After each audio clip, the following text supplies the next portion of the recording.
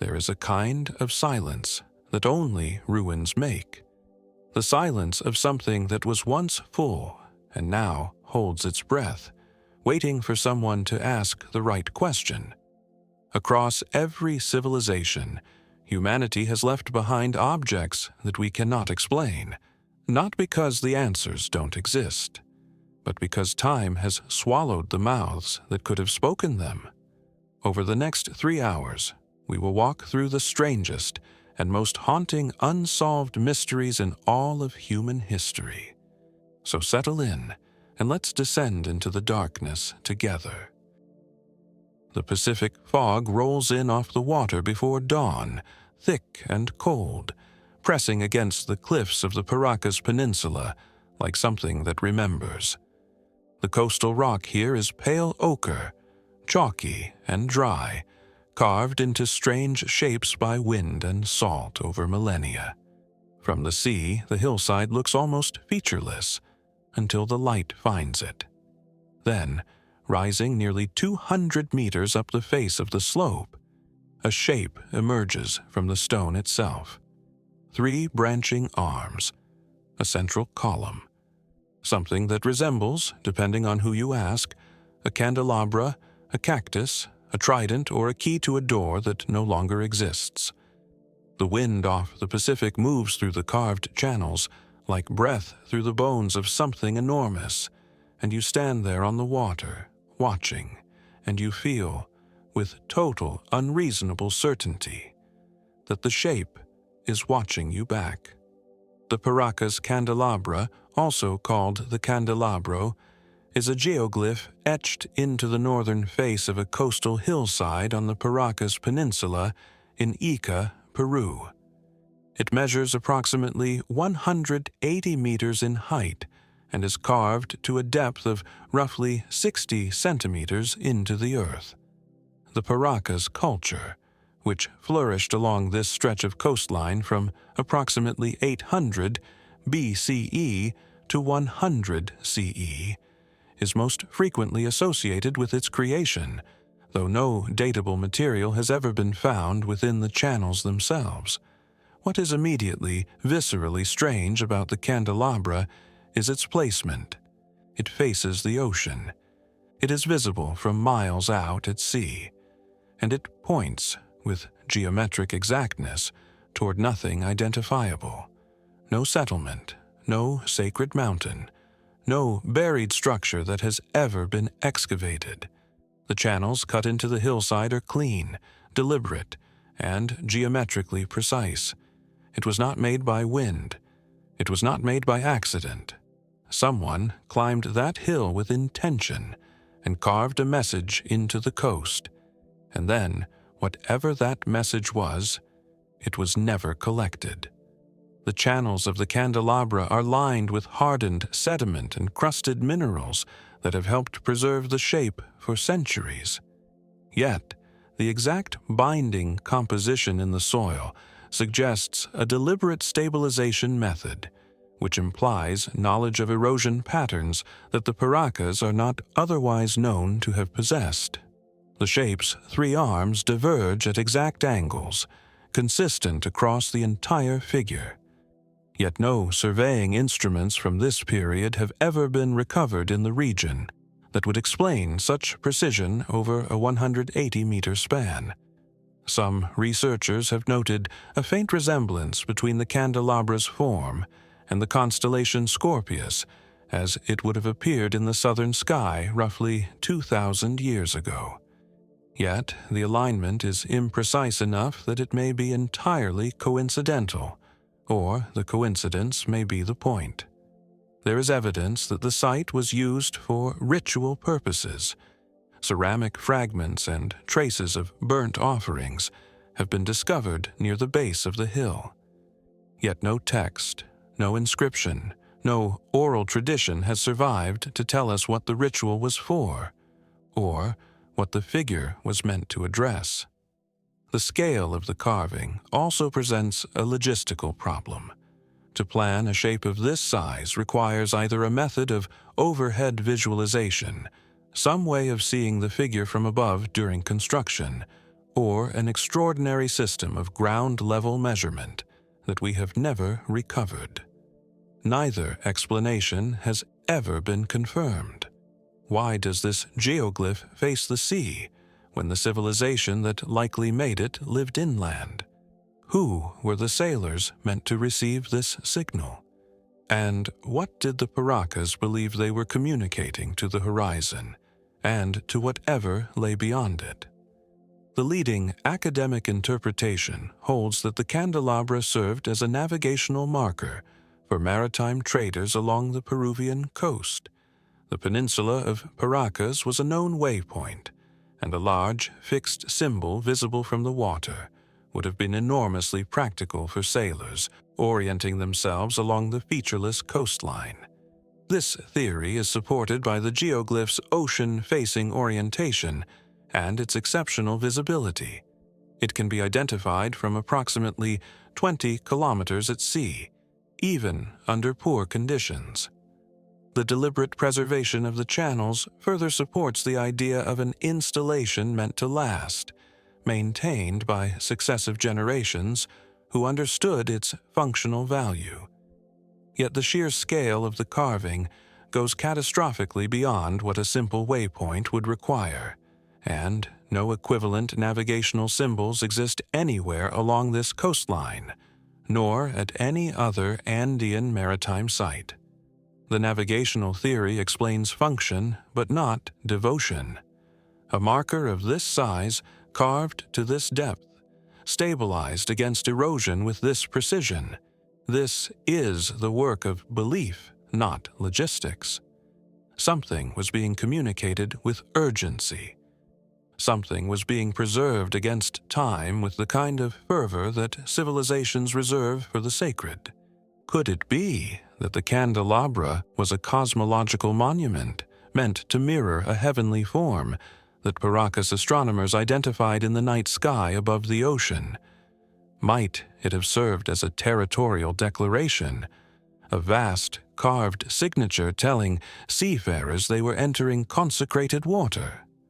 What if the candelabra was not primarily meant to be seen from the sea at all, but from above, made fully legible only to something the Paracas believed was watching from the sky, tracking the coastline with eyes we cannot imagine?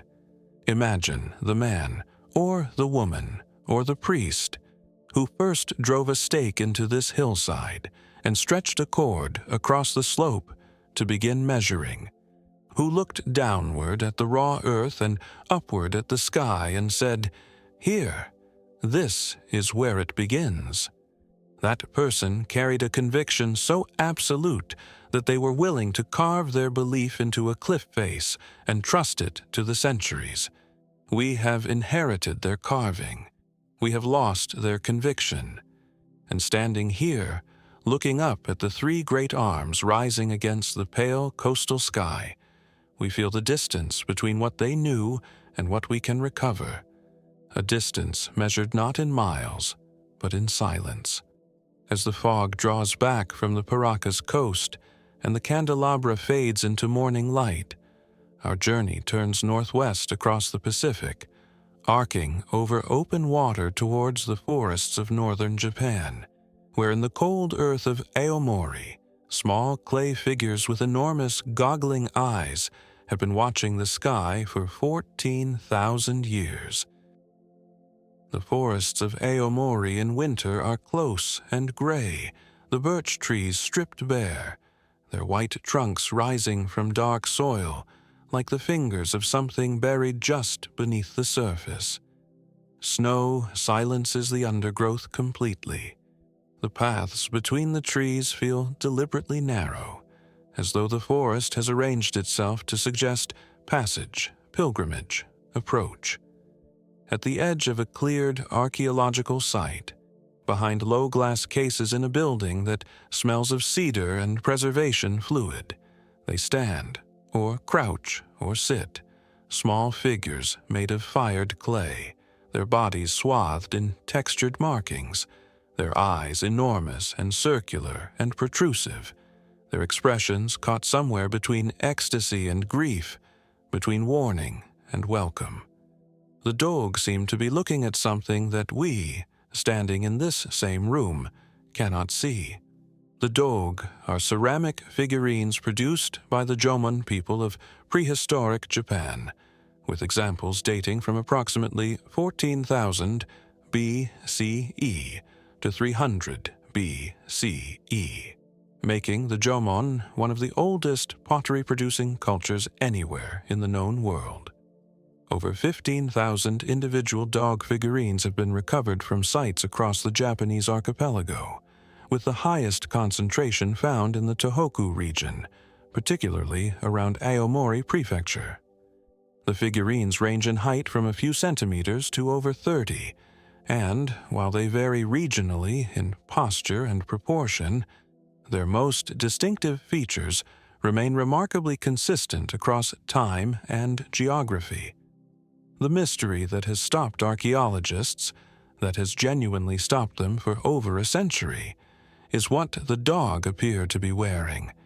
Their surfaces are covered in intricate raised patterns that represent garments, stitched seams, layered panels, structured helmets or headpieces, and what appear unmistakably to be goggles covering the eyes. These patterns belong to no textile or material tradition identified anywhere in the Jomon archaeological record.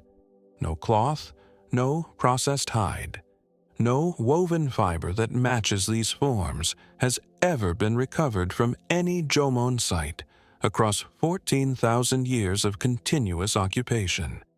The Dogu are dressed in something. We have never found what that something is. The surface patterning of the Dogu is highly systematic.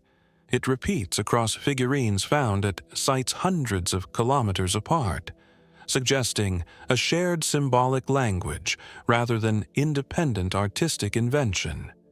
Yet no central Jomon religious institution or coordinating cultural authority has ever been identified that could explain this remarkable consistency across such vast distances and such deep stretches of time.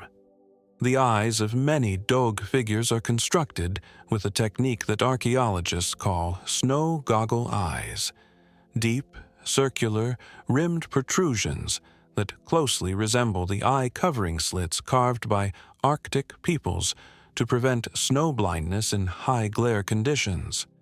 Yet, the Jomon communities of Tohoku did not live in Arctic environments, and no functional eye coverings of any kind have been excavated from their sites. Many Dogu are intentionally broken, fractured at the limb joints in ways that are far too consistent to be accidental, suggesting deliberate ritual dismemberment. Yet no burial context or ceremonial deposit has been identified that adequately explains why a figure would need to be broken to fulfill its sacred purpose. Some figurines appear to depict pregnancy or the period immediately following birth, their abdomens distended and marked with radiating symbols. Yet an equal number appear to exist outside any recognizable biological category, neither clearly male nor clearly female, but something that does not map onto the categories we use. If the Dogu represent deities, why are they broken? If they represent human beings, why do they wear things no human in this culture is known to have possessed? And if the patterns on their bodies are purely symbolic, why do they so specifically, so insistently, resemble protective garments designed to allow a soft body to move through a hostile environment? The scholarly consensus holds that the Dogu were ritual objects used in sympathetic magic, a practice in which an effigy is manipulated or destroyed to produce a corresponding effect in a living person or in the natural world. The deliberate breakage, under this theory, represents the transfer of illness or misfortune from a human body into the clay body of the figure, which is then broken to release or destroy the affliction. This interpretation is plausible and well supported by comparative anthropology across many pre-literate cultures globally. The pregnancy symbolism fits neatly into a framework of fertility magic. Yet the highly specific, structurally coherent nature of the garment patterns on the dog's surfaces is almost impossible to explain within a purely symbolic framework. Symbolic representations of clothing do not require precision. These patterns have precision. The decorative surface of the dog is not symbolic shorthand for the idea of clothing. It is a detailed, technically consistent rendering of specific garment structures. Something was being depicted with accuracy, and we have never found what it was depicting. Could it be that the dog preserve a memory, however distorted by time and reinterpretation, of actual garments worn by a specific group within Yomon society? Garments so sacred or so specialized that only their clay echoes survived. Might the goggle eyes reflect an actual practice, a form of ritual vision alteration, perhaps through physical eye coverings, used by Yomon shamans entering altered states? What if the dog were not representations of humans at all, but of beings that the Jomon believed coexisted with them? Beings whose appearance was so distinctive, so important, that its memory was fired into clay and passed from generation to generation for 14,000 years? Imagine a Jomon elder in a low-roofed dwelling, firelight throwing shadows across the walls, pressing her thumbs into wet clay, shaping the familiar goggling eyes with the certainty of someone performing an act of profound necessity. She has made these before. Her mother made them. Her grandmother made them. The pattern she presses into the surface has been pressed for longer than any story she knows how to tell. She does not question it. She does not explain it.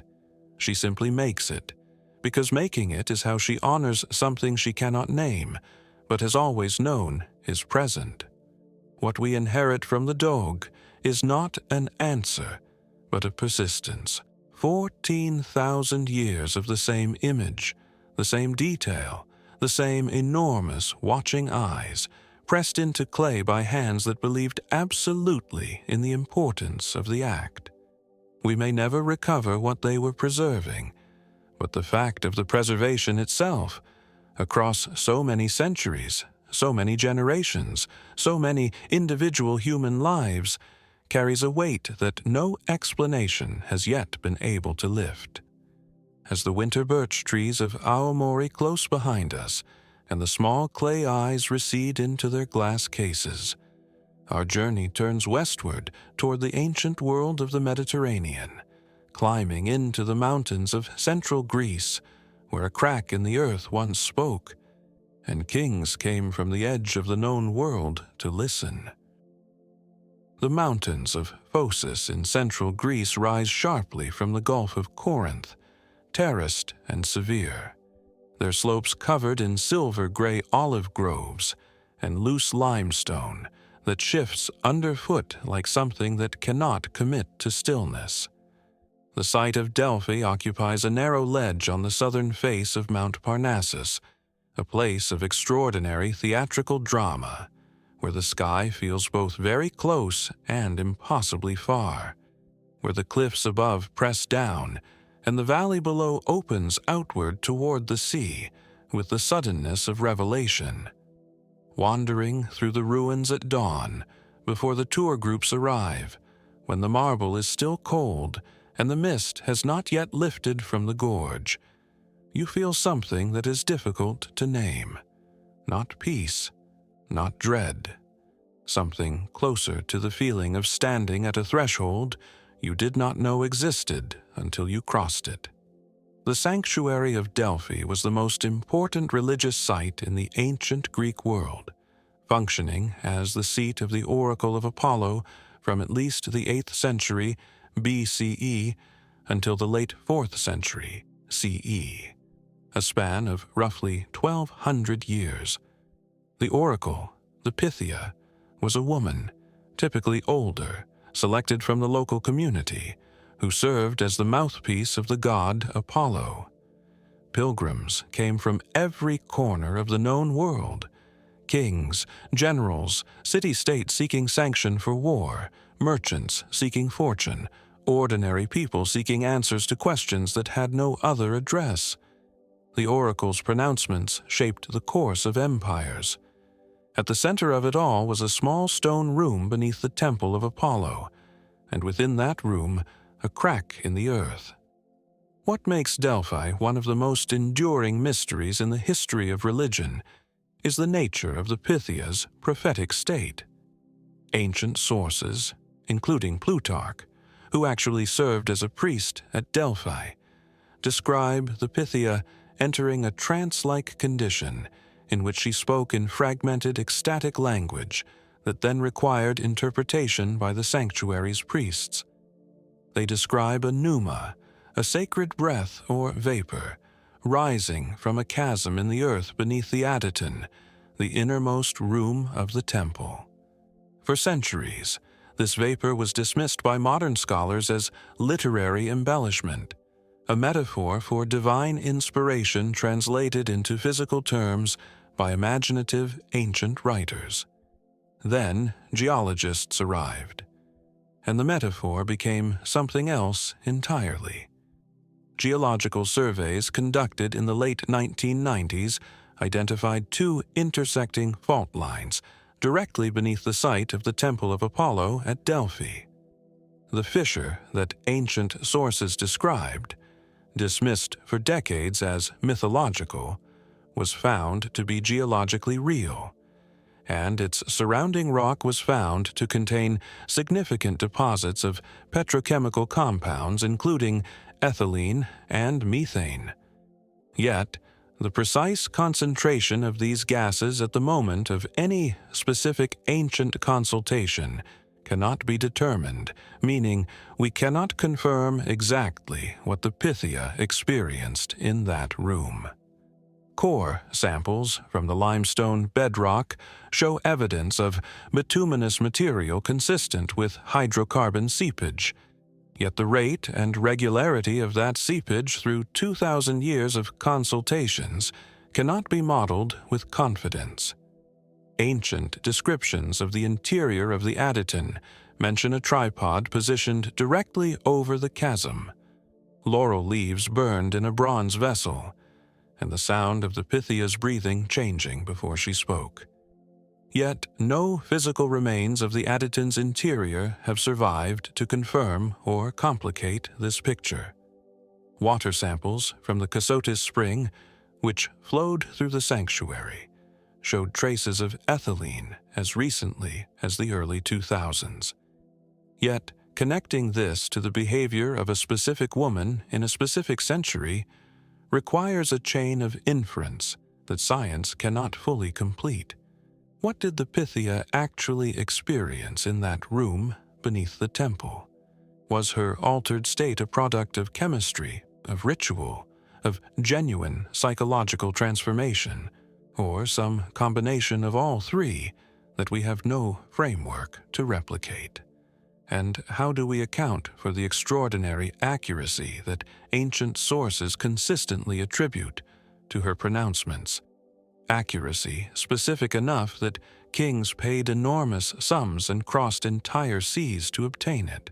The modern geological interpretation, now the dominant scholarly view, holds that hydrocarbon gas seeping through the fault lines beneath the temple produced mild intoxication in the Pythia, inducing the trance state from which she prophesied.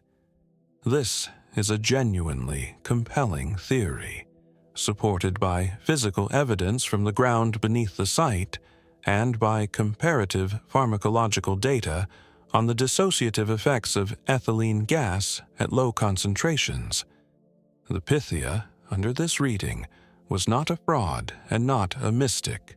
She was a woman undergoing a chemically induced altered state, her fragmentary utterances then shaped by the sanctuary's priests into the politically useful pronouncements that history records.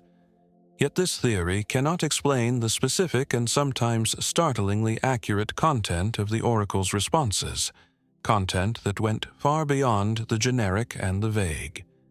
Ethylene intoxication produces dissociation and verbal uninhibition. It does not produce geopolitical knowledge, military intelligence, or the kind of precise historical foresight that multiple ancient sources independently attribute to Delphi's most famous consultations. Could it be that the Pythia had access to an informal intelligence network, a vast web of pilgrims, merchants, and diplomats passing through the sanctuary, whose casual conversations were systematically gathered and processed by the priests before any formal consultation?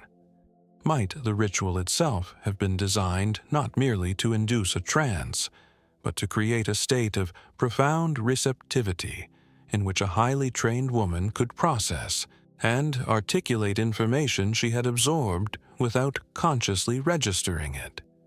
What if the crack in the earth at Delphi was real, the gas was real, the trance was real, and something in that trance allowed a human being to access a form of pattern recognition so acute it looked, from the outside, indistinguishable from prophecy?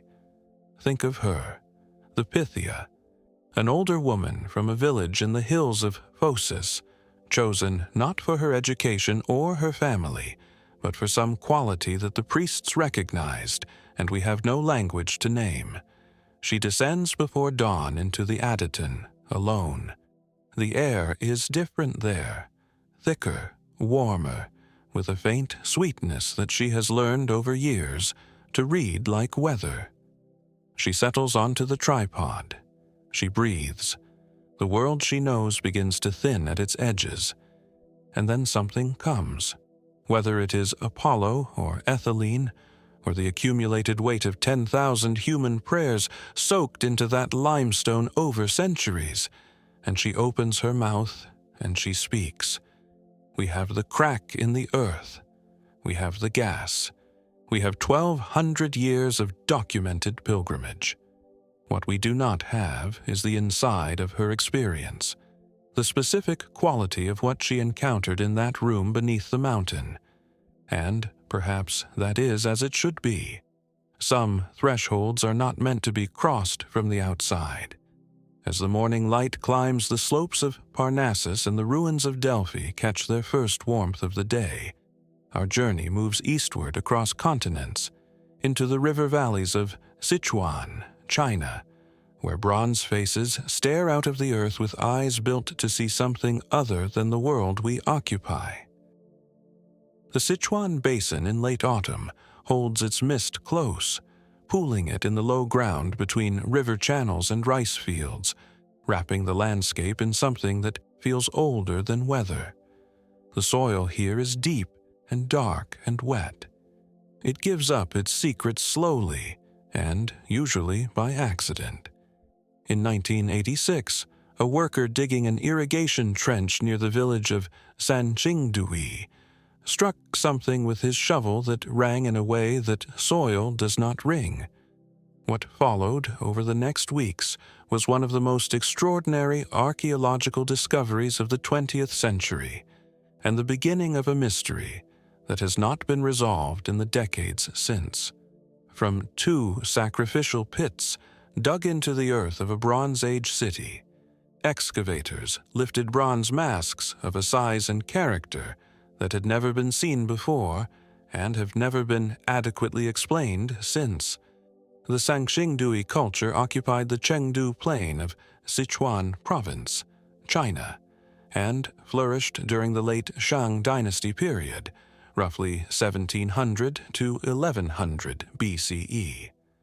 The discovery of Sanxingdui in 1986 revealed a sophisticated Bronze Age civilization contemporaneous with, but entirely distinct from, the Yellow River cultures that Chinese historiography had previously identified as the sole origin point of Chinese civilization. Sanxingdui had large-scale bronze casting, monumental architecture, long-distance trade networks, and a complex ritual culture. It had no known name. It left no written texts, and the people who made it vanished with a completeness that archaeology has rarely encountered. The bronzes recovered from Sanxingdui's sacrificial pits are unlike any other Bronze Age metalwork on Earth. The masks are enormous. The largest standing figure reaches nearly 2.6 meters in height, and their faces have features that belong to no ethnic or artistic tradition identified anywhere in China or Central Asia. The eyes protrude from the sockets on long cylindrical stalks, up to 16 centimeters in length. The ears flare outward dramatically. The mouths are stretched in wide, fixed, upturned smiles that convey no warmth. These were not faces made to be beautiful or to be familiar. They were made to be seen by something specific, and that something was not ordinary human vision. The bronze casting technology required to produce the Sanxingdui pieces was extraordinarily sophisticated, requiring kilns, alloy preparation, and lost wax techniques far beyond what a nascent Bronze Age culture typically develops independently. Yet no developmental phase of this technology has ever been found at or near Sanxingdui. The technique appears fully formed, with no early experimental stages. The sacrificial pits contained objects that had been deliberately broken and burned before burial. Bronze, jade, ivory, gold, and organic materials were all present in the same deposit. Yet no parallel ritual practice involving the burning and burial of finished bronzes has been identified in any contemporaneous Chinese culture, making comparative interpretation extremely difficult. One of the bronze figures stands on a base decorated with elephants and holds its hands in a position that would accommodate a large circular object, now absent. Yet no object has ever been recovered that fits this position, and no text exists to describe what it held. Several Sanxingdui bronzes include design elements, a specific rendering of the eye, a particular treatment of the ear, that reappear in Bronze Age cultures thousands of miles away, in Anatolia and in the Indus Valley. Yet the trade routes or contact networks that could account for this visual correspondence have never been mapped. Who were the Sanxingdui? Where did their bronze casting knowledge originate?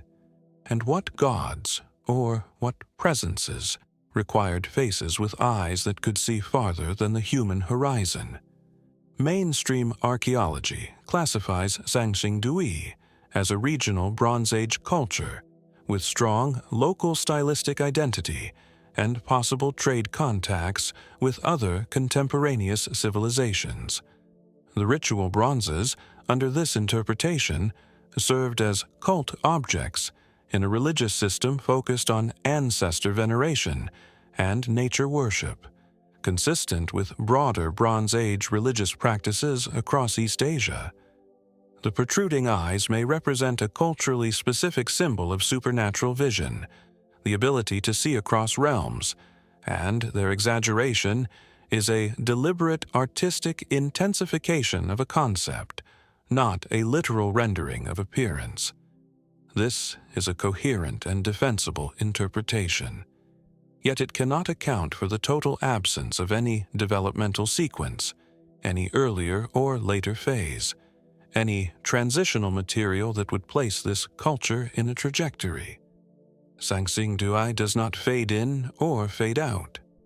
It appears, and then it disappears. And between those two moments, it made things that no other culture on Earth made in quite the same way. Could it be that Sanxingdui was established by a diaspora, a population displaced by some catastrophe or conflict, carrying advanced technical and artistic knowledge from an origin point that has not yet been identified? Might the bronze faces represent beings from a specific cosmological narrative? celestial or subterranean entities whose appearance was precisely recorded in a tradition that was entirely oral and therefore entirely lost?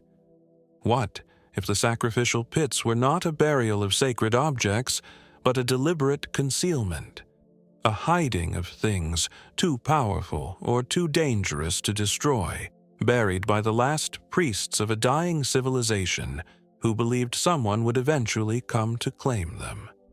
There is a particular quality to looking at a Sanxingdui mask in person, to standing close enough to see the detail of the casting, the deliberateness of every proportion, that photographs do not convey. It is the feeling of being looked at. The protruding eyes are aimed at something, carefully, intentionally, permanently aimed. Whatever they were made to see, they are still looking for it. A civilization rose in this river valley, cast faces of bronze, buried them in fire and earth, and vanished without leaving its name behind. We are left with the faces. We have no idea whose faces they are. As the autumn mist thickens over the Chengdu plain, and the bronze eyes of Sanxingdui recede into museum silence, our journey turns west and north, into the desert cliffs above the Dead Sea, where a group of men wrapped ancient copper in a scroll and buried a list of treasures that no one has ever found. The cliffs above the northwestern shore of the Dead Sea are pale and absolute.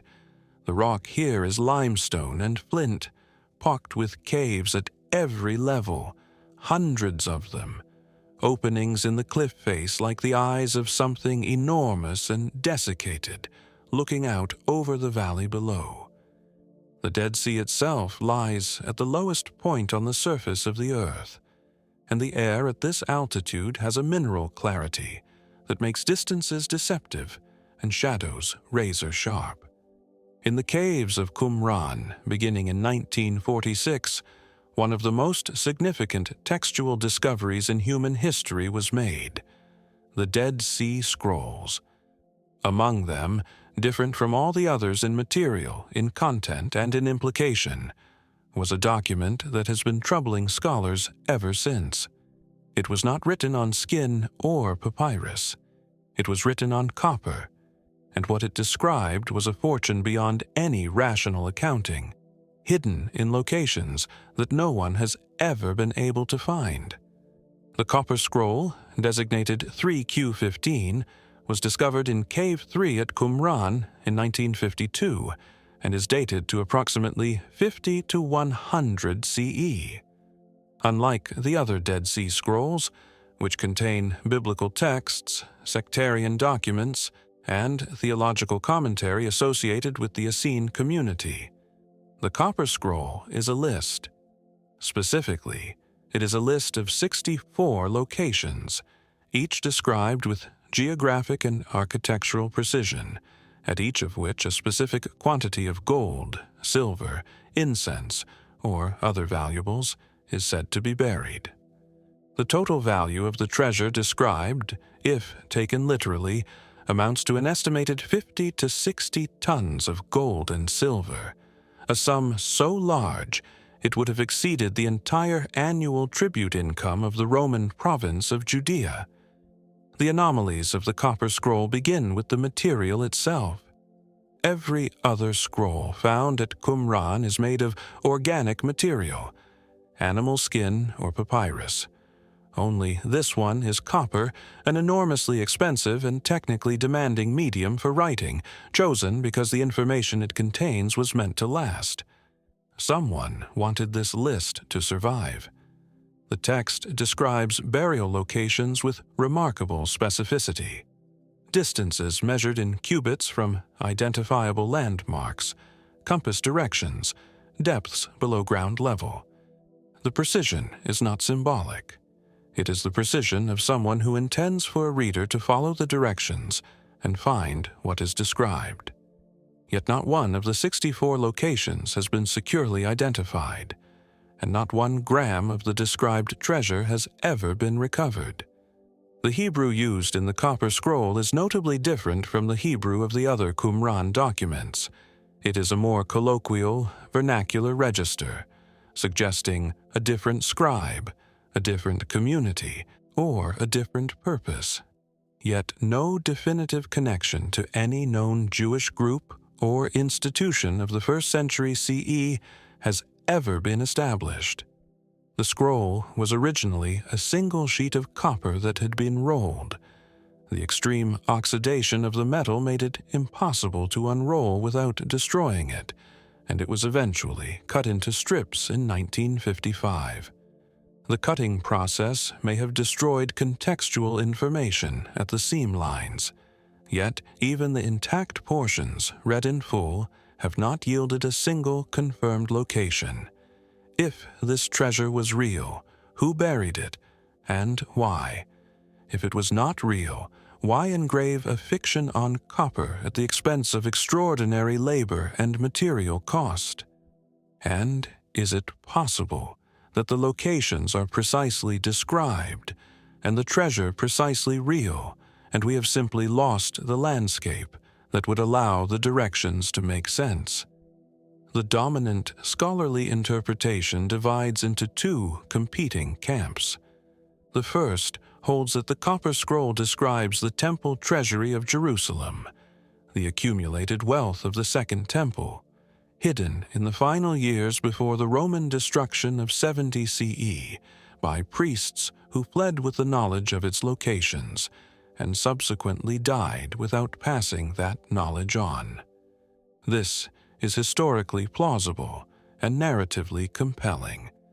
The second camp holds that the copper scroll is a fictional or ritualistic document, a list of idealized, symbolic treasures that was never meant to be physically recovered, encoding instead a theological or eschatological message about divine wealth held in trust for the end of days.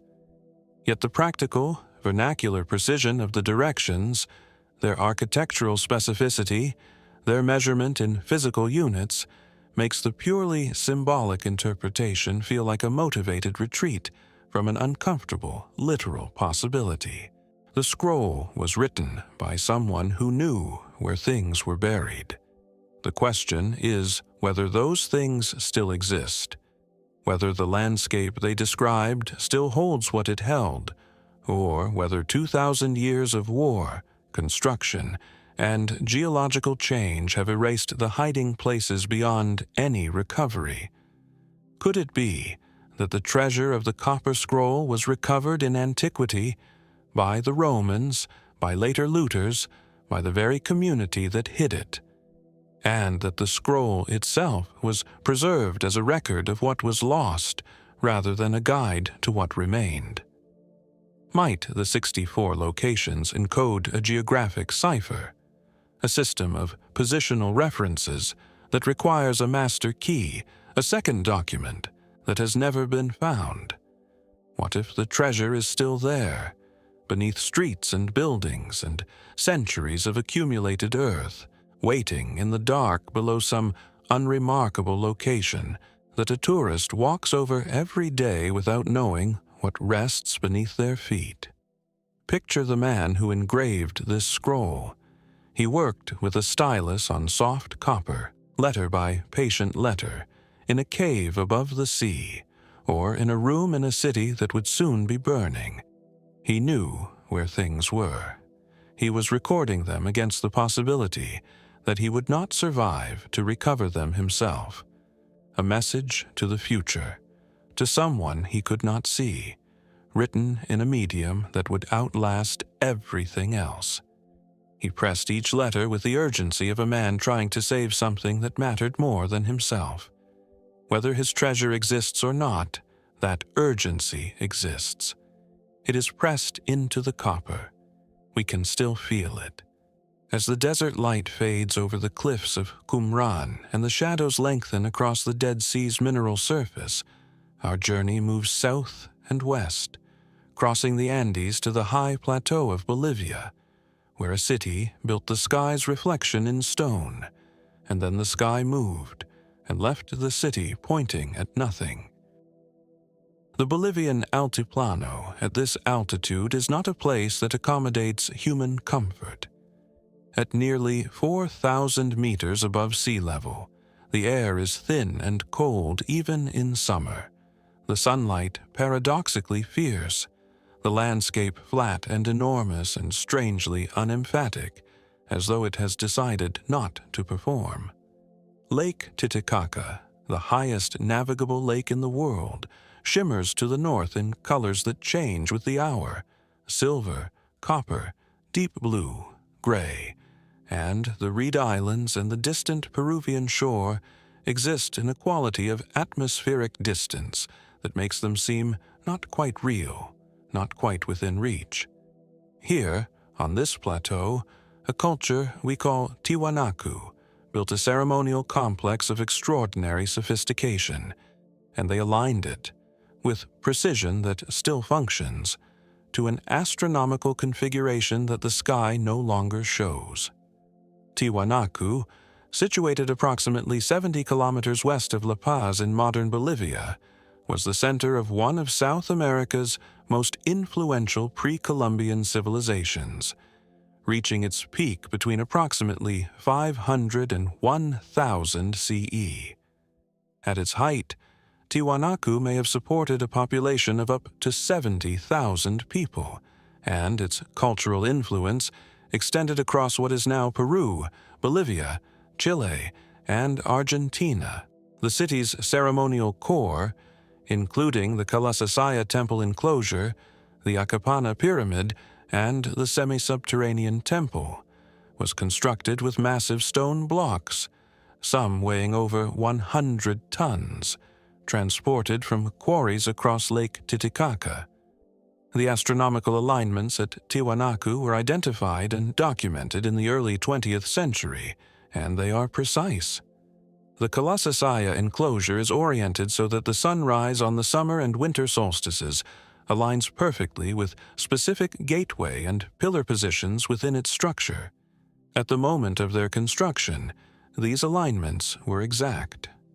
Over the intervening centuries, the slow precession of the Earth's axis, the wobble that causes the sky to shift approximately 1 degree every 72 years, has moved the celestial positions against which Tiwanaku was aligned.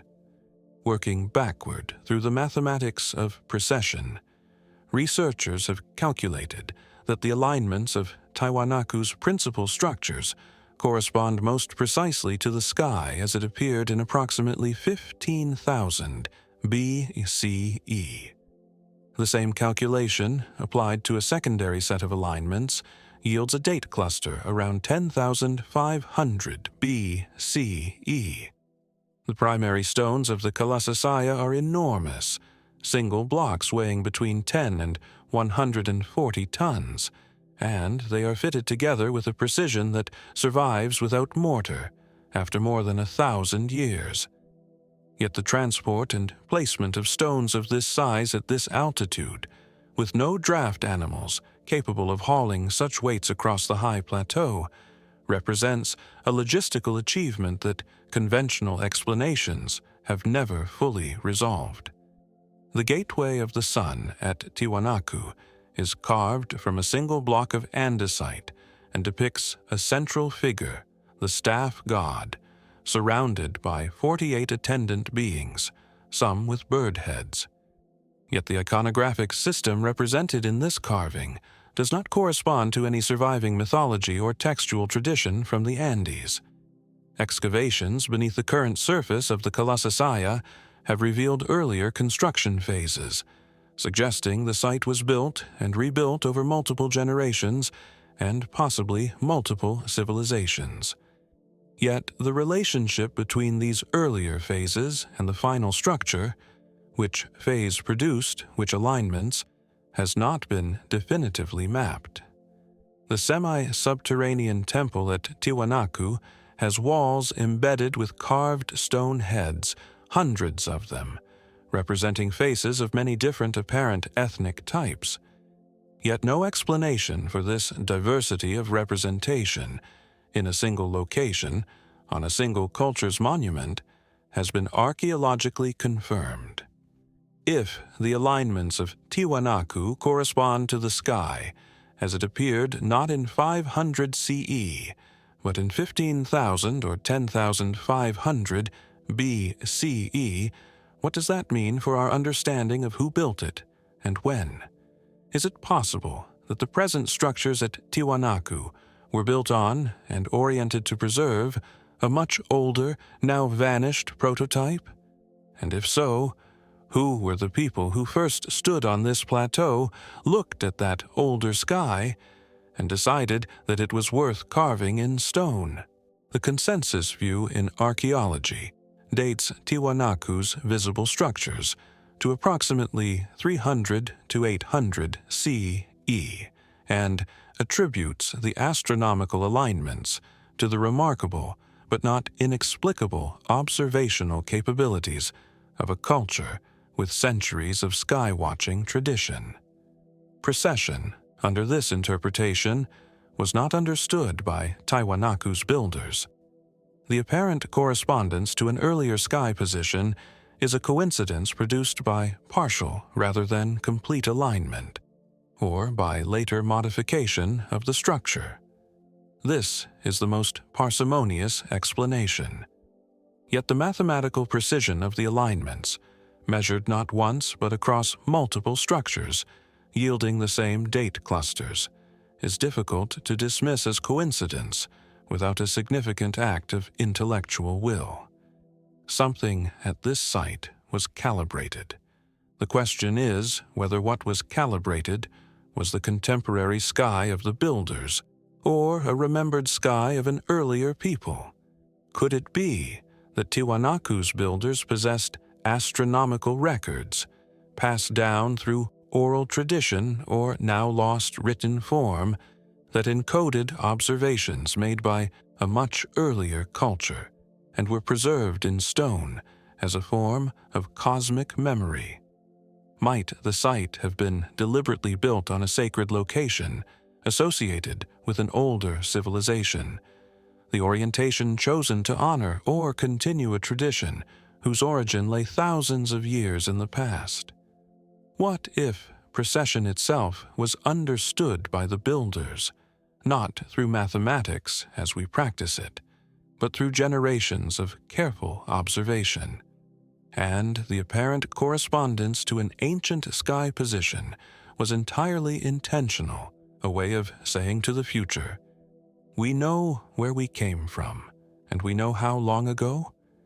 Imagine the astronomer priests of Tiwanaku standing in the Colossal at dawn, watching the sun clear the horizon exactly where the eastern pillar points, the cold air thin in their lungs, the surface of the lake catching the first light to the north. They knew something about the sky that we are still trying to recover.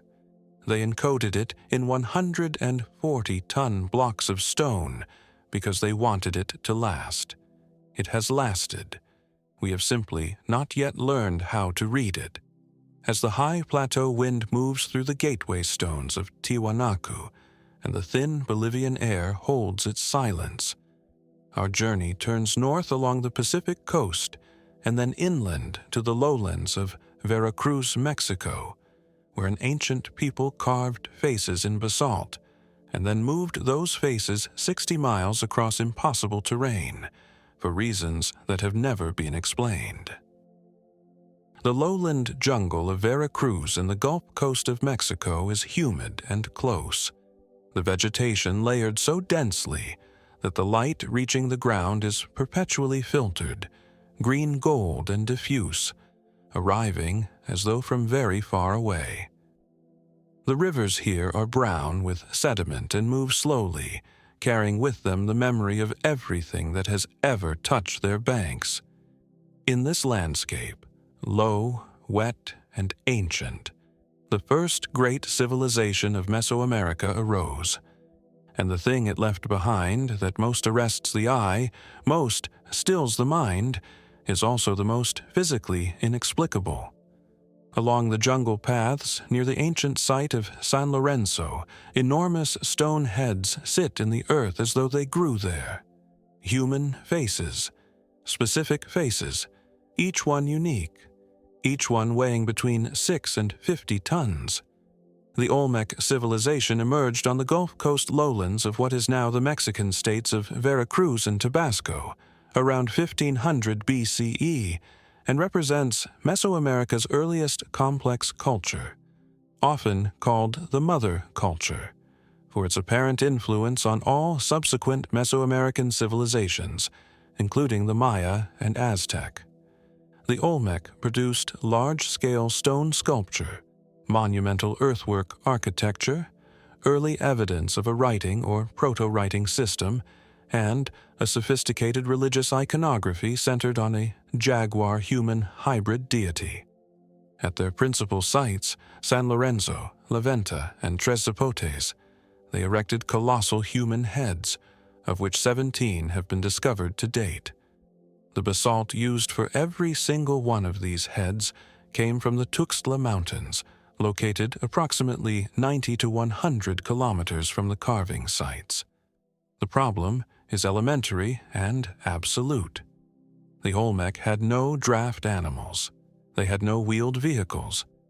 The stone they selected for their colossal heads, basalt boulders weighing up to 50 tons, existed only in a mountain range separated from their working sites by jungle, swamp, and multiple river systems. To transport these boulders to the coast and then overland to San Lorenzo, they would have needed to mobilize thousands of laborers, construct massive wooden sleds or rollers, cut roads through dense jungle, and navigate the boulders across water, either by raft or by some other means we have never physically documented. They did it. We know they did it because the heads are here and the stone is from there. We have simply never found direct evidence of the precise method. The Tuxtla basalt is geologically distinct and its origin unambiguous. Isotopic and mineralogical analysis confirms that every colossal head was carved from stone that came from the same mountain source, 90 kilometers away. Yet no ancient road, no wooden sled, no raft assembly site has ever been excavated along the likely transport routes. The heads depict specific individuals. Each face is physiognomically distinct in a way that suggests portraiture rather than idealized type. Yet no inscriptions naming these individuals have been found, and no king list or dynastic record from Olmec civilization has survived in any form. The features of the carved faces, their broad proportions, their specific lip and nose structure, have been noted by multiple scholars as resembling populations not typically associated with pre-Columbian Mesoamerica. Yet, the archaeological and genetic evidence for the Olmec's ancestry remains incomplete, and this observation continues to generate more controversy than resolution. The heads at San Lorenzo were deliberately buried in precise linear arrangements, facing specific orientations. Yet what ritual or political logic governed these arrangements has never been determined. Who were the specific people these heads portrayed? Were they rulers, warriors, gods, or all three simultaneously? And what was the significance of transporting stone across 90 kilometers of hostile terrain rather than simply carving whatever local stone was available? Was the stone itself sacred, chosen specifically for these faces? The standard archaeological interpretation holds that the colossal heads are portrait monuments of Olmec rulers carved to celebrate their power and legitimacy, and transported at enormous communal expense as a demonstration of the state's organizational capacity. The use of Tuxtla basalt under this reading may reflect the stone's particular qualities, its hardness, its grain structure, its resistance to erosion in the tropical climate, or the sacred significance of its mountain source. This is a plausible and well-supported interpretation. The heads were almost certainly the faces of real people, and real people in complex societies are often rulers. Yet the logistical challenge of the transport remains, by any engineering calculation, extraordinary. And the complete absence of any physical trace of the transport infrastructure is genuinely puzzling given the scale of the operation. Moving 50 tons of basalt 90 kilometers through jungle and across rivers leaves traces. We should have found them by now. The absence of those traces is itself a kind of evidence. Could it be that the transport of stone from such a specific and distant source was itself the ritual? That the labor of moving the boulder was a sacred act, a sacrifice of human effort that consecrated the finished monument in a way that local stone never could? Might the Tuxtla Mountains have been considered the home of the divine, a place so sacred that stone from its body was the only material appropriate for a monument to rulers who also claimed divine descent? What if the method of transport involved a technology or material, large-scale water management, for instance, using seasonal floods to float the boulders downstream, that leaves no permanent archaeological trace and has simply never been reconstructed in the right way by modern investigators? Think of the man who led the first transport, the engineer, or the priest, or perhaps both in one person. He stood at the foot of the Tuxtla Mountains looking at a boulder that weighed as much as 30 mature elephants and considered the distance between where he stood and where it needed to be. And then he organized it. He told people what to do, and they did it, and the boulder moved. Whatever method he used, it worked, because the head arrived, and it was carved into a face, a specific face, with specific features, a specific expression, and it was set in the earth of San Lorenzo, and it has been looking at the jungle ever since.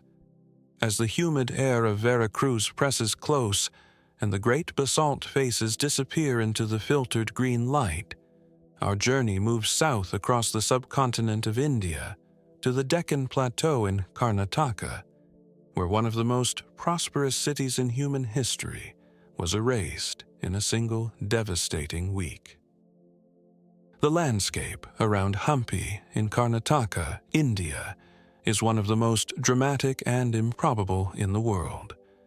Enormous boulders, rounded and stacked by geological forces almost incomprehensibly ancient, rise from the flat red earth in formations that look deliberate, architectural, like something a giant arranged and then abandoned. The Tungabhadra River runs through the middle of it, clear and unhurried, passing between temples and rice paddies and ruined walls with the serenity of something that has outlived everything it has witnessed. In this landscape of rock and river and red dust, a city once stood that was, in the early 16th century, the second largest city on Earth. Its population was over 500,000. Its markets were described by Portuguese traders as more abundant than Lisbon. It had 100,000 soldiers, and then, in 1565, in approximately 1 week, it ceased to exist. Vijayanagara, meaning City of Victory, was the capital of the Vijayanagara Empire, which dominated southern India from its founding in 1336 CE until its catastrophic fall in 1565 CE. At its height in the early 16th century, Vijayanagara was among the wealthiest cities in the world, described in detail by foreign travelers, including the Portuguese Domingo Paes, who compared its size and magnificence favorably to Rome. The city's core covered an area of approximately 650 square kilometers and was protected by 7 concentric rings of fortifications. Its religious architecture, including the Virupaksha Temple, and the Vitala Temple with its famous stone chariot represents some of the finest examples of Dravidian architectural achievement in existence. The destruction of Vijayanagara followed the Battle of Talikota in January 1565, in which a coalition of the Deccan Sultanates, Bijapur, Bidar, Ahmadnagar, and Golconda, defeated the imperial army and killed the emperor Aliya Ramaraya. What followed was not merely a military occupation or a political transfer of power. It was the systematic erasure of a city. For approximately 5 to 6 months, with the most intense destruction concentrated in the first week, the coalition forces looted, burned, and demolished Vijayanagara with a thoroughness that archaeology has confirmed and cannot fully explain. A city of 500,000 people was reduced to the landscape of boulders and ruins that we walk through today. The question that haunts archaeologists and historians alike is not whether it was destroyed. It is whether its destruction was this thorough, this complete, this deliberate, and why. Archaeological excavations at Hampi have uncovered evidence of burning so intense that it vitrified, literally turned to glass, the upper layers of soil at multiple points across the site. Yet, the deliberate, methodical quality of the destruction across 650 square kilometers would have required sustained, organized effort beyond what a victorious army in the immediate aftermath of battle typically maintains. The temples of Vijayanagara were not merely damaged, but specifically targeted. Carvings were chiseled off, structures were systematically undermined rather than simply burned. Yet several major temples survived almost intact, suggesting that the destruction followed a logic that we have not fully recovered. The population of the city, over 500,000 people, vanished from the site within the period of the destruction. Yet no mass burial sites corresponding to such a catastrophic loss of life have been found. Where did those people go? Historical records from surrounding regions show population increases in the years immediately following 1565. Yet the correlation between refugees from Vijayanagara and specific regional population shifts has never been definitively traced. If Vijayanagara was so prosperous, so densely populated, so extensively fortified, how was its destruction so total? What became of the 500,000 people who had made it the second largest city on Earth? And is the landscape of Hampi today, those temples rising among the boulders, that river running unchanged through the ruins, a memorial to destruction, or to something more complicated?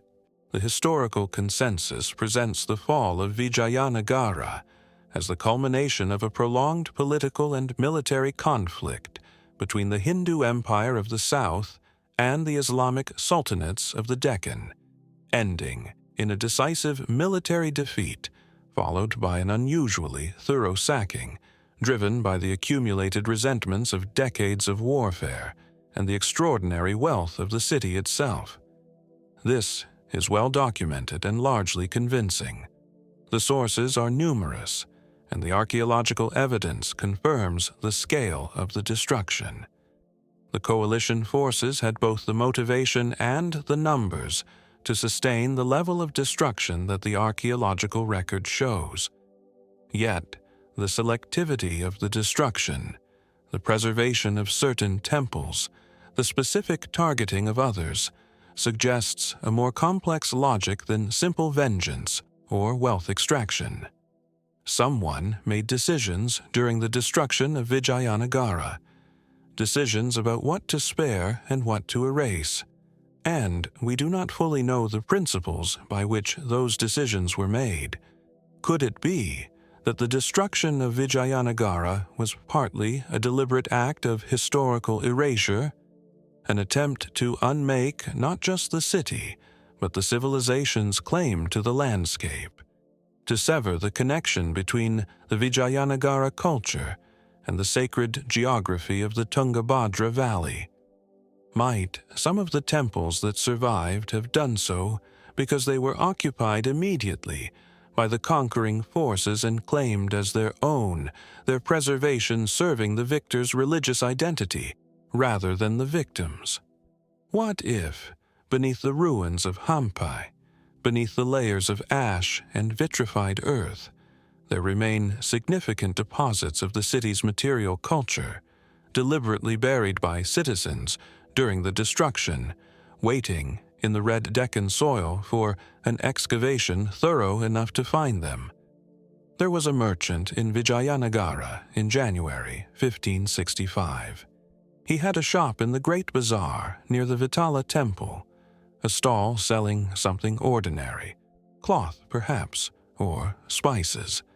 And his life was so completely embedded in the life of the city that he could not have imagined it ceasing to exist.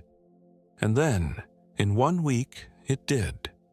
We do not know his name. We do not know what he carried away with him as he fled through the 7 rings of fortification into the open land beyond. We know only that the city he left behind became the haunted landscape of Hampi, where the boulders watch the river and the temples hold their silence, and the red dust settles on everything equally. As the Tungabhadra carries its memory south through the ruins of Vijayanagara, our journey moves north through India to Delhi, to a courtyard in the Kutba complex, where an iron pillar has stood in the open air for 16 centuries and has not, in defiance of everything chemistry tells us, rusted. The scientific consensus now holds that the corrosion resistance of the iron pillar is the result of its high phosphorus content, combined with its high iron purity and the specific atmospheric conditions of Delhi. The low humidity of the dry season following the monsoon cycle produces a cycling effect that promotes the formation of the stable misoite layer and prevents the formation of destructive iron oxide. This is a scientifically coherent and empirically supported explanation. It does not require any technology beyond what was available to Gupta-era metallurgists, who selected their ore from sources they knew to be iron-rich and processed it in forges whose conditions they had refined over generations. Yet the fact remains that Gupta metallurgists produced something that modern engineers, with full knowledge of the chemistry involved, have found difficult to replicate at comparable scale with comparable period-appropriate methods. They achieved something we understand in theory, but have not matched in practice. That gap between understanding and achievement is not usually a gap that runs in the wrong direction. Could it be that the Gupta metallurgists possessed empirical knowledge accumulated through generations of trial and observation, about specific ore sources and specific forging conditions that produced this outcome intentionally, their understanding expressed not in chemical formula, but in the language of craft tradition and accumulated practice? Might the pillar represent the pinnacle of a metallurgical tradition that was subsequently lost, disrupted by the same waves of invasion and cultural discontinuity that brought the pillar itself to its current location in a repurposed mosque courtyard? What if the iron-working knowledge of the Gupta Empire was more sophisticated than its surviving texts suggest, encoded not in writing, but in the hands and eyes of master craftsmen whose lineage did not survive the centuries? Imagine the master smith who supervised the pillar's creation. He did not know the word phosphorus. He did not understand misoite or oxidation in the terms we use today. But he knew his ore. He knew which deposits produced iron that lasted. He had seen other pieces of iron, made from the same sources, refused to rust in the way that lesser iron rusted, and he understood, in the bone-deep way of someone who has spent a lifetime in front of a forge, that this ore, worked this way, produced something different, something that endured. He was right. 16 centuries later, his pillar still proves it. As the afternoon sun catches the iron pillar's stable surface and the shadows of the Qutb's minaret lengthen across the courtyard, our journey moves west across the Mediterranean Sea to the island of Crete, where a civilization built a palace with indoor plumbing, central drainage, and sophisticated hydraulic engineering, 15 centuries before Rome existed. The courtyard of the Quwwatul Islam Mosque at the Qutb complex in Delhi is a place of layered histories, where carved columns taken from demolished Hindu and Jain temples were incorporated into an Islamic structure, where the oldest mosque in India rises from stones that remember other prayers. The air here is dry most of the year, charged with fine particulate dust that catches the afternoon light in sheets. Among the carved columns and the ornate red sandstone arches, standing in the center of the courtyard, with the calm authority of something that knows it will outlast everything around it, there is an iron pillar. It is 7.2 meters tall. It is thought to have been cast in the 4th or 5th century CE, and it has stood in open air, exposed to rain, humidity, and temperature extremes for at least 1,600 years. It has not rusted, not significantly, not in a way that chemistry without extraordinary explanation permits. The Iron Pillar of Delhi stands in the Qutb complex in Mehrauli, Delhi, and is dated by its inscription to the reign of the Gupta Empire, King Chandragupta II, who ruled approximately 375 to 415 CE. The inscription records that the pillar was erected as a standard in honor of the Hindu god Vishnu and in memory of a king. The pillar was almost certainly not created at its current location. It was likely moved to the Qutb complex from another site, possibly Udayagiri in Madhya Pradesh, in the early medieval period. It is made of wrought iron of approximately 98% purity and weighs approximately 6 tons. Its surface shows only a thin, stable layer of corrosion that has not progressed in any measurable way for centuries.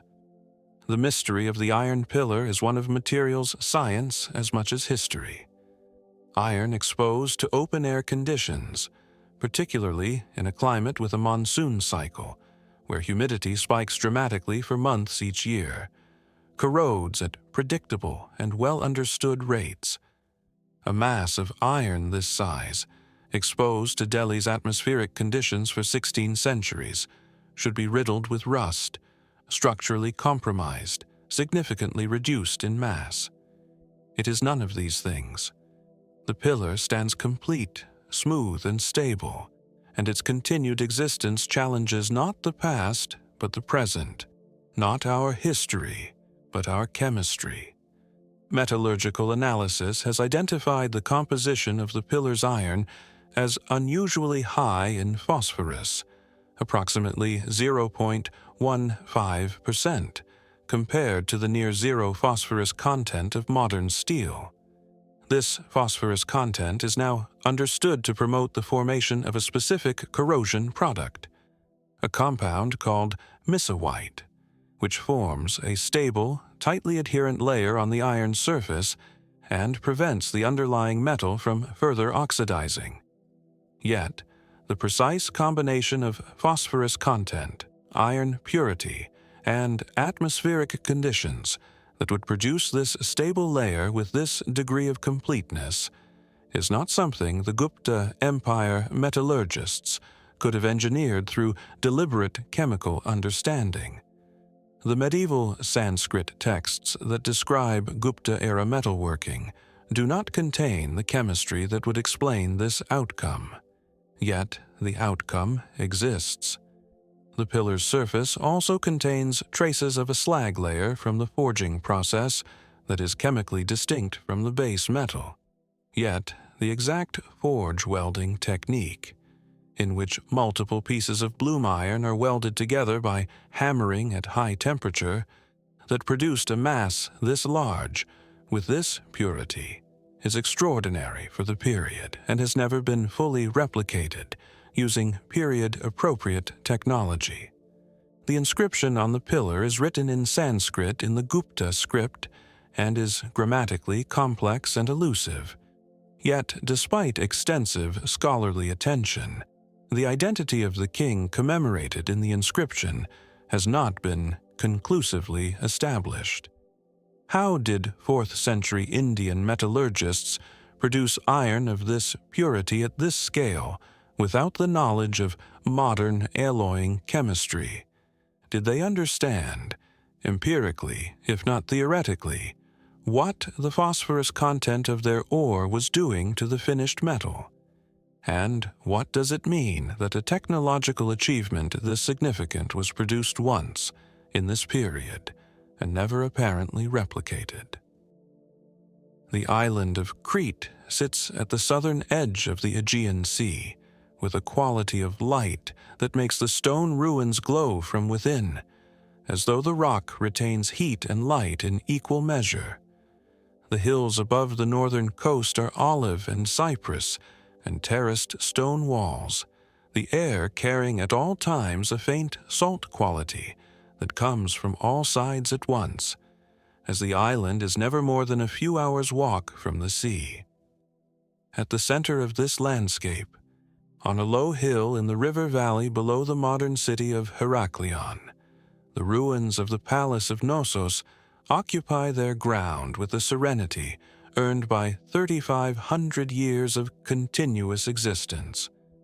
Walking through its reconstructed corridors, the painted walls, the light wells, the storage magazines, the most persistent feeling is not of distance, but of proximity, of a civilization so functionally sophisticated that the gap between their world and ours seems, for a moment, very thin. The palace of Knossos was the administrative and religious center of the Minoan civilization, which flourished on Crete from approximately 2700 BCE to 1450 BCE and represented the earliest advanced civilization in Europe. The palace, in its final form, covered approximately 20,000 square meters, contained over 1,300 rooms, and functioned as a hub of trade, administration, religion, and craft production across the eastern Mediterranean. The Minoan civilization produced a system of writing, Linear A, that has never been deciphered, managed a maritime trading network that reached Egypt, the Levant, and mainland Greece, and created an art tradition of extraordinary sophistication and naturalistic vitality. And they built, into the fabric of their palace, a water management system that places them centuries ahead of any European culture in the history of hydraulic engineering. The Knossos drainage and water supply system was not a simple ditch or channel. It consisted of interconnected terracotta pipe sections with parabolic bores, tapering toward the outlet in a way that prevents sediment buildup and maintains water pressure. Stone-lined drainage channels with sedimentation traps, a central cistern fed by hillside springs, and what appear to be flushing mechanisms in the sanitary facilities of the palace's upper stories. The system served not just functional, but aesthetic purposes. Areas of the palace apparently had water features. This level of hydraulic understanding, applied at this scale, was not matched in Europe until the Roman aqueduct tradition of the late Republic, roughly 1,500 years later. The Romans, of course, left us their engineering manuals. The Minoans left us Linear A.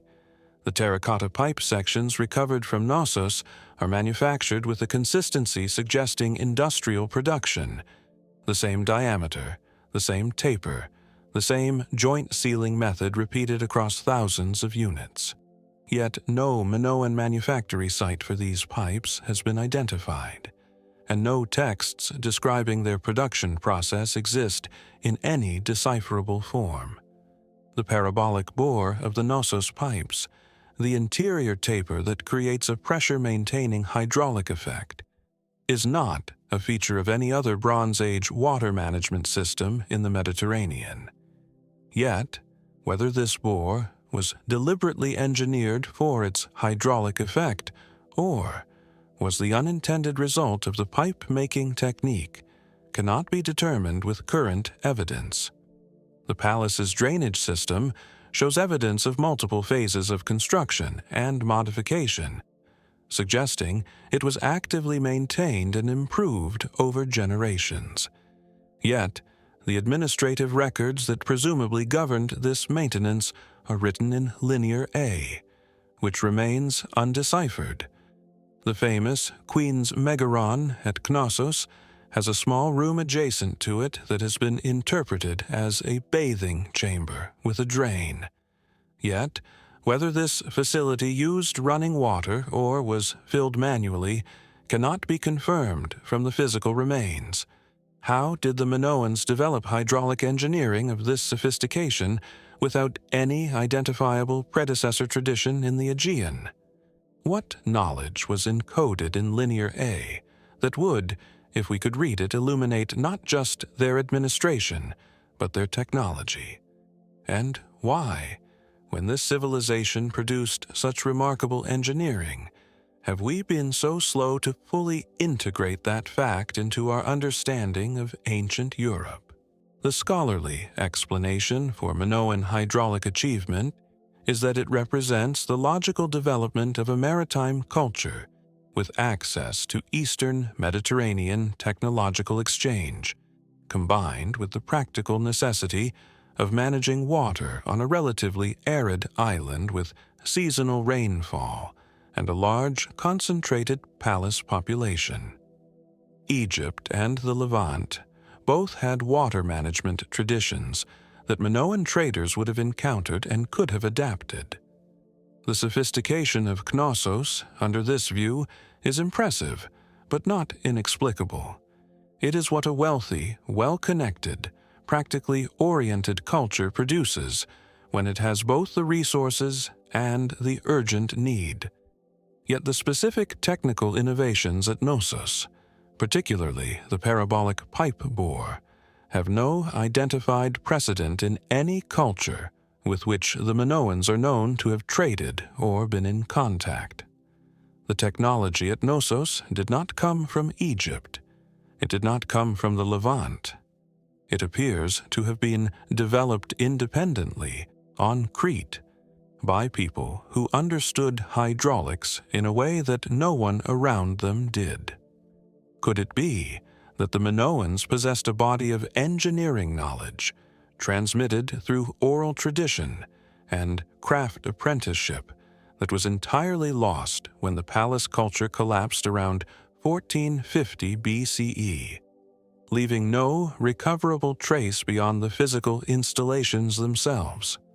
Might the civilization that created Knossos have had a longer developmental prehistory than we have yet excavated?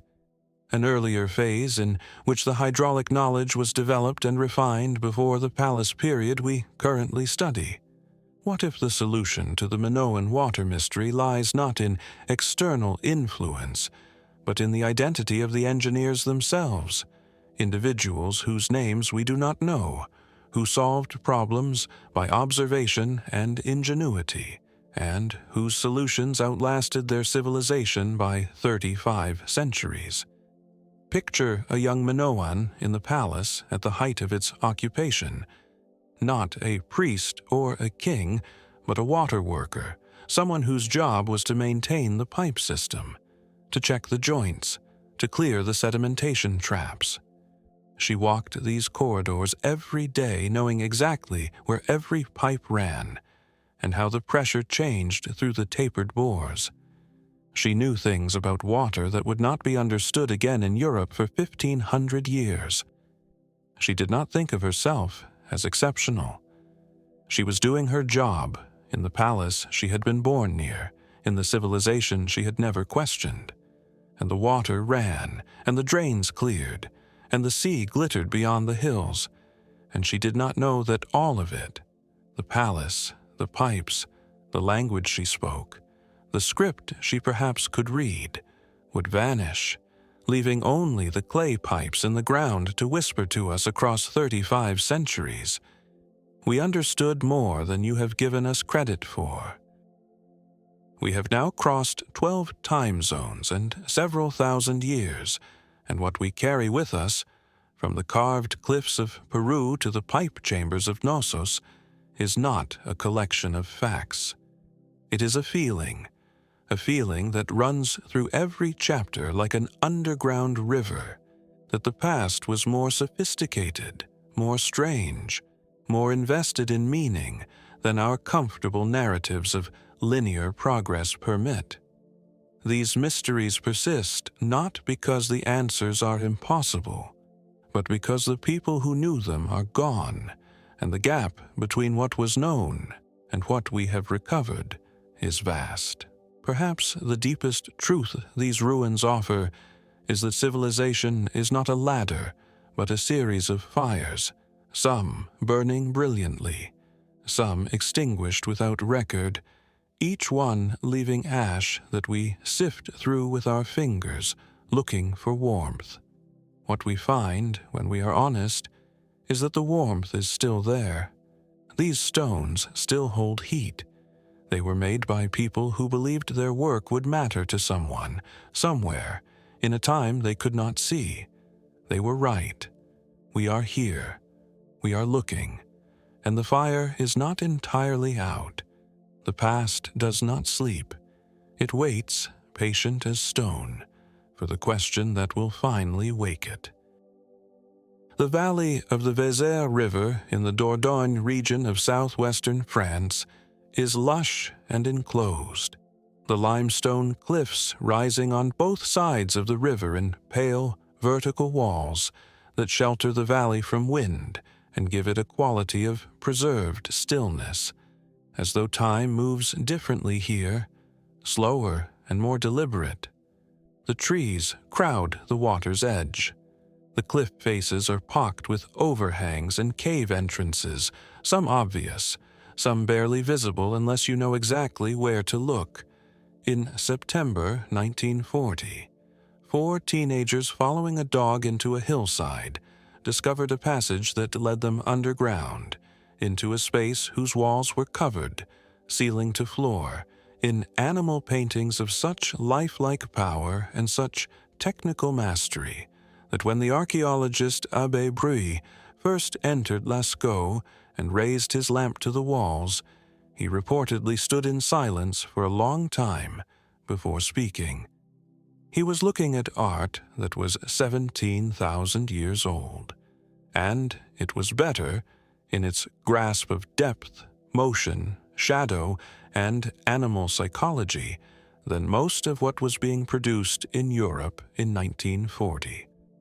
The Lascaux cave complex in the Dordogne department of France contains approximately 600 paintings and nearly 1,500 engravings, dated to approximately 17,000 BCE, and attributed to the Magdalenian culture of the Upper Paleolithic. The paintings depict primarily large Pleistocene animals: aurochs, horses, deer, bison, rhinoceros, bears, alongside geometric symbols and a very small number of human figures.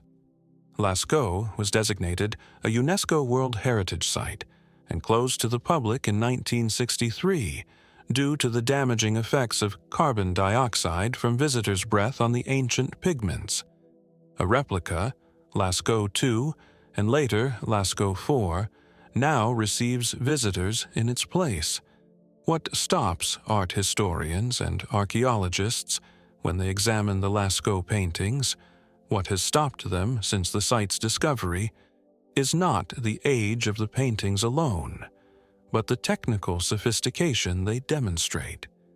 The artists of Lascaux understood and deliberately employed perspective, foreshortening, the use of the cave wall's natural contours to create the illusion of three-dimensional form, shading to suggest musculature and volume, and the representation of motion through sequential overlapping figures. These are techniques that European art history traditionally dates to the Italian Renaissance, specifically to the experiments of Florentine painters in the 14th and 15th centuries CE. The people of Lascaux were practicing them 17,000 years earlier. The pigments used at Lascaux, iron oxides, manganese dioxide, and charcoal, were mixed with binding agents and applied with a variety of tools, including brushes made from animal hair and moss, pads of hide or fur, and blow tubes used to spray pigment through the artist's breath directly onto the cave wall. Yet, the specific binding formulas used have not been fully reconstructed, and some of the pigment colors have proved impossible to replicate with absolute fidelity, using only Magdalenian-era materials. The use of natural rock relief to create three-dimensional illusion is not accidental. In multiple instances, the painting is specifically positioned so that the animal's body follows a convex curve in the wall that represents its shoulder or flank, a choice that required advanced visualization of the finished work from a specific viewing angle. Yet, whether this was the product of a systematic artistic theory, taught from master to student, or a series of individual intuitions made in the moment of painting, cannot be determined. Some panels at Lascaux contain what appear to be astronomical maps, groups of dots and lines corresponding to star clusters, including a possible representation of the Pleiades. Yet, the interpretation of these marks as deliberate astronomical notation remains contested. The most famous image at Lascaux, the scene of the shaft, depicting a wounded bison and a fallen human figure with a bird-headed staff nearby, is one of the only representations of a human being in the entire complex, and its narrative meaning has been debated for 80 years. How did the Magdalenian painters of Lascaux develop a mastery of depth, shadow, and three-dimensional illusion 17,000 years before these techniques appear in any other identifiable artistic tradition? Were they isolated innovators, or do the Lascaux paintings represent a tradition with roots we have not yet found? And what was the purpose of this art, created in the deep, lightless interior of a cave that required torchlight to work in, and that few people would have entered? The consensus interpretation of Paleolithic cave art frames it primarily as ritual or magical in function, part of a system of sympathetic hunting magic, or of shamanistic practice, in which the underground space represented an underworld or spirit realm accessible through altered states. The depth of the caves, their inaccessibility, and the use of underground acoustics — some panels are positioned at points where sound resonates particularly dramatically — all support the idea that these were sacred spaces rather than decorative ones. The artistic sophistication, under this view, is a product of the intensity of motivation. Artists who believed their work had direct spiritual or practical consequences would invest more fully in its power. Yet the techniques themselves, foreshortening, the use of wall contour, sequential motion depiction, go beyond what religious motivation alone can explain. Motivation drives intensity, not understanding. The Lascaux painters understood something about the relationship between a two-dimensional surface and a three-dimensional world that had to be learned, practiced, and taught. The knowledge was not magical, it was technical. Could it be that the upper Paleolithic cultures of Western Europe possessed a tradition of artistic pedagogy, a way of passing technical knowledge from master to apprentice that was sophisticated enough to produce and sustain this level of achievement across generations and potentially centuries? Might the cave spaces themselves have served as academies, spaces where young artists came to learn, where the walls around them represented not just religious content but technical exemplars, studies of how to render a shoulder, how to use shadow, how to create the illusion of movement? What if the isolation and grandeur of the cave was not incidental to the art, but essential to it? The darkness and the flickering torchlight and the resonant acoustics, all part of a total sensory environment, designed to produce and sustain a particular state of consciousness in which the capacity for this kind of seeing was available. There was a painter at Lascaux, young probably. The handprints found in the cave suggest a range of ages, including children. She entered the cave carrying her pigments and her blow tube and her torch, and she found the section of wall where she would work, and she raised her light to it, and she saw in the natural relief of the limestone not just stone, but the shoulder of an aurochs already present in the rock, waiting to be released. She brought it forward with ochre and shadow, fitting its body to the curve of the wall, giving it breadth and weight, and the particular heavy authority of a large animal in motion. She did not know she was performing a technical miracle that would not be matched for 17,000 years. She knew only that the animal was there in the rock, and she was making it visible. As the torchlight flickers out in the deep chambers of Lascaux, and the painted animals recede into darkness, our journey turns south and east, crossing the Arabian Sea to the western coast of India, where beneath the shallow green water off the coast of Gujarat, the ruins of a sunken city have been mapped but not explained. The Gulf of Kambat off the coast of Gujarat, India, is warm and shallow. The water a turbid green that holds its visibility close, revealing the seafloor in limited suggestive glimpses rather than full disclosure. The coastline here is low and featureless from the shore, the land barely rising above sea level, as though the boundary between water and earth has always been negotiable in this part of the world.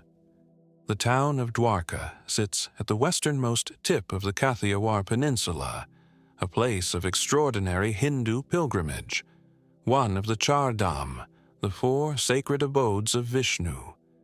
The temple there has received pilgrims for at least 2,000 years. But it is what lies beneath the water offshore, the ruins that divers and sonar surveys have been mapping since the 1980s, that places Dwarka at the center of one of the most contentious debates in Indian archaeology. Because the submerged structures are old, and if the dates being proposed are correct, they are not just old in archaeological terms. They are old in a way that rewrites the timeline of South Asian civilization. The submerged ruins off the coast of Dwarka in Gujarat, India, were first systematically investigated by the National Institute of Oceanography under the direction of S.R. Rao, beginning in the 1980s. Subsequent surveys, including investigations in the Gulf of Kambat in 2002, have identified structural remains, stone walls, stepped tanks, geometric grid patterns consistent with urban planning, at depths of between 5 and 40 meters below the current sea surface. The submerged city of Dwarka has been identified by Hindu tradition as the legendary capital of the god-king Krishna, and the Mahabharata describes its submersion beneath the sea following Krishna's death. The 2002 survey of the Gulf of Khambhat, conducted using side-scan sonar and underwater video, produced imagery of what appear to be large-scale rectangular structures arranged in a grid pattern, at a depth suggesting submersion due to post-glacial sea level rise. Carbon dating of organic material recovered from the site yielded dates of approximately 7,500 BCE. If confirmed, this would make the Khambhat structures the oldest urban construction ever identified on Earth, predating the earliest known cities of Mesopotamia by at least 3,000 years. Yet, the dating of organic material in an underwater sedimentary context is methodologically complex, and the identification of naturally formed geological features versus human-made structures from sonar imagery alone is not definitive without extensive physical excavation, which has not occurred. The stone blocks recovered from the Dwarka nearshore site display what appear to be anchor holes and construction joints consistent with deliberate shaping rather than natural fracture. Yet the sample size of recovered material is small relative to the extent of the site, and complete stratigraphic analysis has not been published in peer-reviewed form. The grid pattern identified in sonar surveys of the Khambhat site is geometrically regular in a way that is unusual for natural geological formation. Yet, the interpretation of sonar imagery is subject to significant methodological debate, and the images have not been universally accepted as evidence of construction.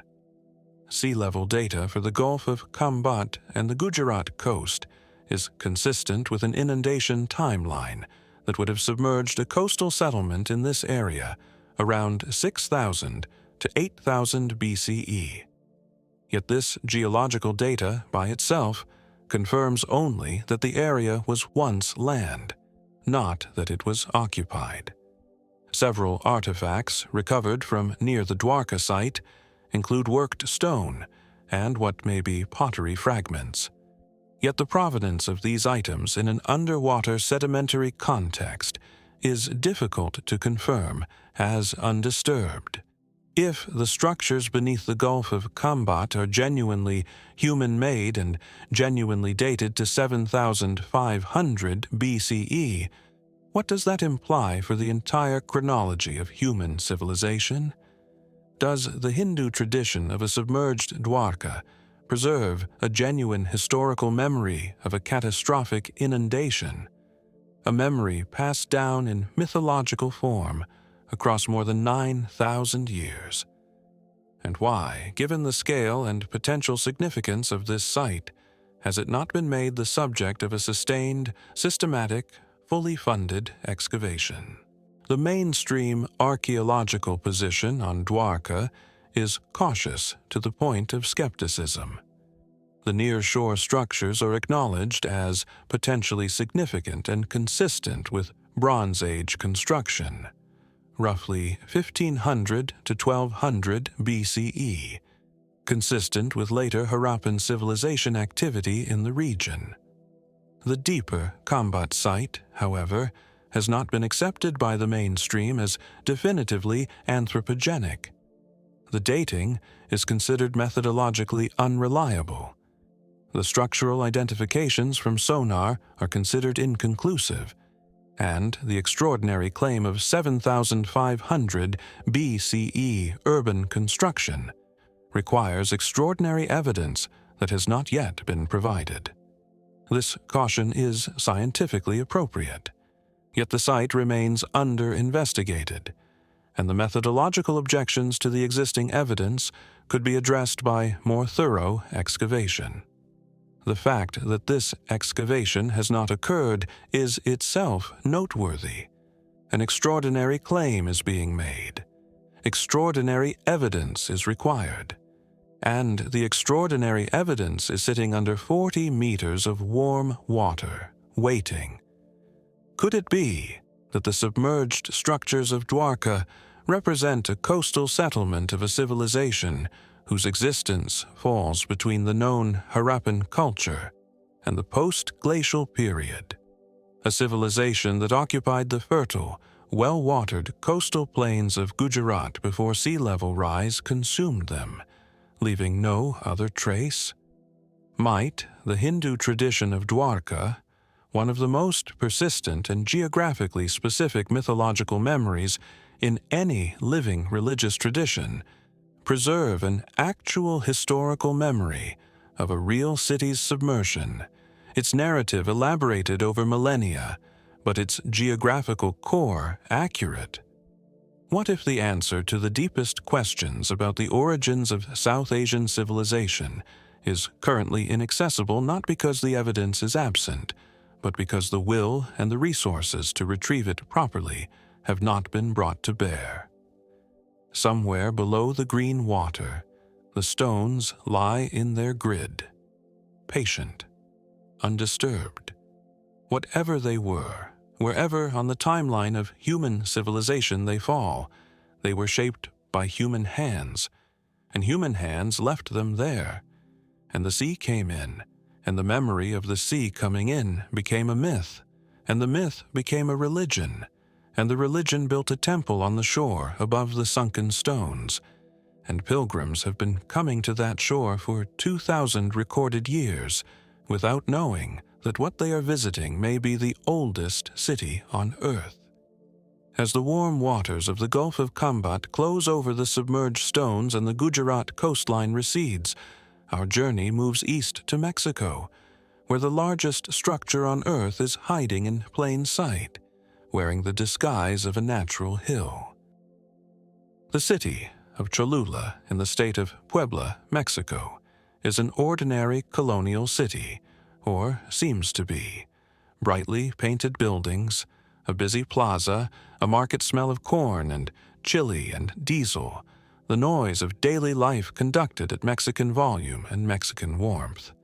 At the center of the city, rising above the rooftops, is a large green hill topped by a Spanish colonial church, the Iglesia de Nuestra Señora de los Remedios, white-walled and cheerful in the morning light, a pleasant landmark photographed by every tourist who passes through.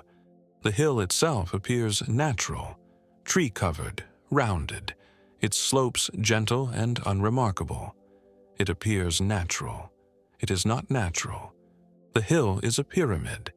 It is the largest pyramid on Earth, larger in total volume than the Great Pyramid of Giza, and it has been standing in broad daylight, disguised as the landscape itself, for 2,000 years. The Great Pyramid of Cholula, known in the indigenous Nahuatl language as Tlachihualtepetl, the Made Mountain, is a pre-Columbian stepped pyramid located in Cholula, Puebla, Mexico. It was constructed in multiple phases beginning approximately in the 3rd century BCE and continuing through approximately the 9th century CE by successive cultures that enlarged and encased the original structure. The pyramid's base measures 450 by 450 meters, significantly larger than the Giza Pyramid's base of 230 by 230 meters, and it has a total volume of approximately 4.45 million cubic meters. Over its exterior, centuries of vegetation growth, sediment accumulation, and deliberate abandonment have produced a covering so complete that Spanish conquistadors passing through Cholula in the 16th century did not recognize it as a constructed monument. The sheer scale of the Cholula Pyramid's disguise, accidental or not, raises questions that go to the heart of our relationship with the archaeological record. More than 8 kilometers of tunnels have been excavated through the pyramid's interior since systematic archaeological exploration began in the 1930s, revealing multiple superimposed construction phases, interior altars, elaborate murals, and evidence of continuous use over roughly 12 centuries. Yet the exterior remains largely unexcavated, its shape preserved by the same vegetative covering that conceals it, and the full architectural profile of the original structure before it began to be encased and enlarged has never been fully recovered. The multiple construction phases at Cholula represent at least 4 distinct building campaigns, each encasing the previous structure like the layers of an onion. Yet the motivations for this practice, whether each new culture chose to honor and preserve the existing structure by building around it, or whether the encasement was a form of ritual termination and supersession, have not been definitively established. The murals found within the tunnel excavations include a remarkable painting known as the Drinker's Mural, measuring approximately 70 meters in length and depicting a ritual drinking ceremony in extraordinary detail. Yet, the specific cultural affiliation of this mural, whether it belongs to the pre-classic, classic, or later period of the pyramid's use, remains disputed. The presence of the Spanish church at the pyramid's summit has been interpreted as a deliberate act of religious conquest, the physical replacement of a sacred indigenous high place with a Christian structure. Yet oral traditions in Cholula suggest a more complex relationship, including the possibility that some indigenous people supported the church's placement as a continuation of the hill's sacred status rather than its erasure. The question of which culture originally built the first pyramid beneath all the subsequent enlargements has not been conclusively answered. How do you hide the largest structure on Earth? Was this concealment deliberate? A sacred mountain made to look naturally sacred? Or was it simply the result of centuries of neglect, overgrowth, and human forgetting? And what else might be hiding in our landscapes, wearing the convincing disguise of nature, waiting for someone to notice that the hill has corners? Mainstream archaeology explains the gradual, natural covering of Cholula as the inevitable result of centuries of abandonment and vegetation growth in a tropical climate with abundant rainfall, a process thoroughly documented at other Mesoamerican sites. The successive encasements were likely the product of a common pre-Columbian practice in which new rulers or new cultures demonstrated their power and their connection to sacred tradition by building over and incorporating the monuments of their predecessors. The pyramid was sacred in itself, as a physical manifestation of the made mountain, and its sacred character was transferred and amplified by each successive encasing. This is entirely plausible and consistent with what we know of Mesoamerican religious practice. Yet the completeness of the concealment, the degree to which a structure of this volume became genuinely invisible to a trained military and administrative apparatus, is still remarkable. The Spanish cataloged everything. They mapped, documented, and reported on every significant structure they encountered in their conquest of Mexico. They built their church on this hill, and they never knew what was beneath it. Could it be that the final phases of encasement at Cholula were deliberately designed to produce concealment? That the last builders, knowing their culture was ending, chose to bury their most sacred monument in natural form, hiding it from whatever was coming next? Might the practice of encasement itself have been, from the beginning, a form of protection? Each new culture adding a layer of earth and stone, not just to supersede the old structure, but to protect the sacred core within it. What if there are other structures of comparable scale in other parts of the world that have been buried with similar completeness and have not yet been identified because no tunnel has been driven through what we believe to be a natural hill? There was a priest at Cholula in the final years of its active use as a religious center, He performed his rituals on the summit, burned his copal incense, and looked out over the valley toward the volcanoes, Popocatépetl smoking gently to the southeast, the perfect cone of Iztaccíhuatl catching the afternoon light. He knew that the hill beneath him was not a hill. He knew its age, its construction, the layers of its history. He carried that knowledge as a living person carries knowledge, in his body, in his practice, in the ceremonies he performed. When he died, that knowledge died with him. The church that replaced his altar did not replace his knowing. As the church bells of Nuestra Señora de los Remedios ring across the rooftops of Cholula and the Made Mountain settles into its ancient silence, our journey moves across oceans and millennia to the flat, river-threaded plains of southern Iraq, where the oldest monument ever built by an organized human society still rises from the ancient alluvial earth.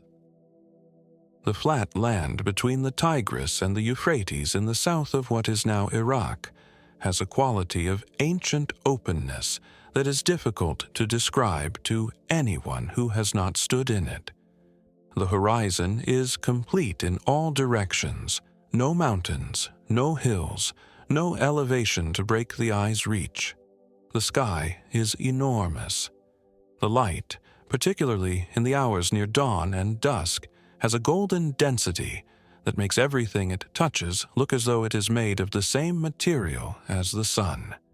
In this flat, riverine landscape, where the soil was so rich that you could push a stick into it and grow a tree, and where water came and went with the seasonal pulse of two great rivers, human civilization chose, for the first time in its recorded history, to build something permanent, to gather labor and material and organizational will and raise, from the earth of the floodplain, a structure intended to outlast any single human life. The first monument, the White Temple of Uruk, and it still stands, after 5,000 years, in the flatness from which it rose. The White Temple of Uruk, located at the archaeological site of Dwarka in the Dikar Governorate of southern Iraq, was constructed atop a mud brick platform, the Anu Ziggurat, during the Uruk period of Mesopotamian history, approximately 3,500 to 3000 BCE. The Uruk culture is recognized as the world's first urban civilization, and the city of Uruk itself, the biblical Erech, was, at its height, the largest city on Earth, with a population estimated between 25,000 and 50,000. The White Temple was dedicated to the sky god Anu and functioned as the city's primary religious center, the focal point of what appears to have been the first centrally organized state religion in human history. What makes the White Temple significant beyond its age is what it represents: the first physical evidence of a collective decision to invest communal resources in a structure dedicated to something other than immediate practical survival. The platform on which the temple stands required millions of mud bricks, produced and stacked by thousands of workers over years or decades, for the sole purpose of elevating a religious structure above the flat plain, of making the divine literally higher than the human. This is not an act of desperation or subsistence. It is an act of ideology, of belief organized into labor, and labor organized into permanence. Someone stood on the flat ground of the Euphrates floodplain 5,000 years ago and said, "We will build something that reaches toward the sky."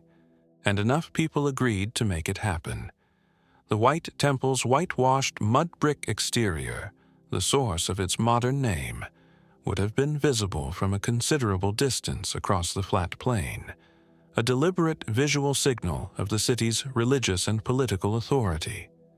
Yet, the whitewash technique, applying a lime or gypsum wash to the exterior of mud brick construction, had to be regularly maintained to retain its effect, implying an organized maintenance labor force.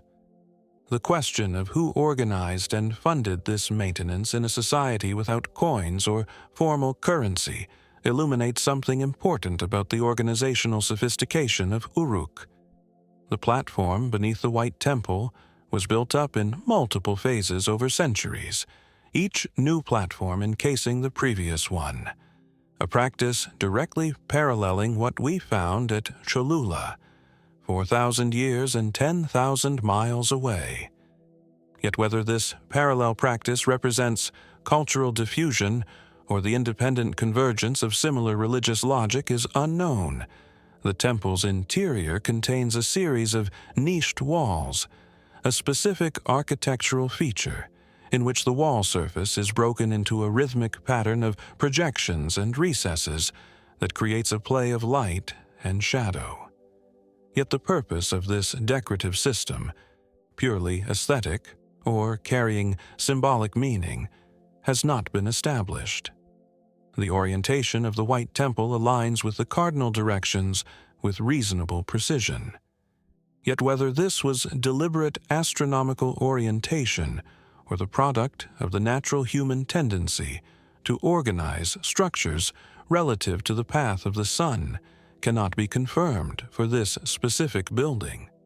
What went through the mind of the first person who proposed building this monument, who had to convince an entire community to invest its collective labor in something that fed no one, sheltered no one, and produced no harvest?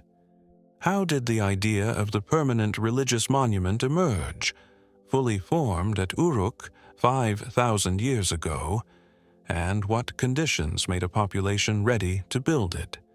And is the impulse that built the White Temple the impulse to reach upward, to mark the sky, to make belief visible and permanent, something that is hardwired into what we are?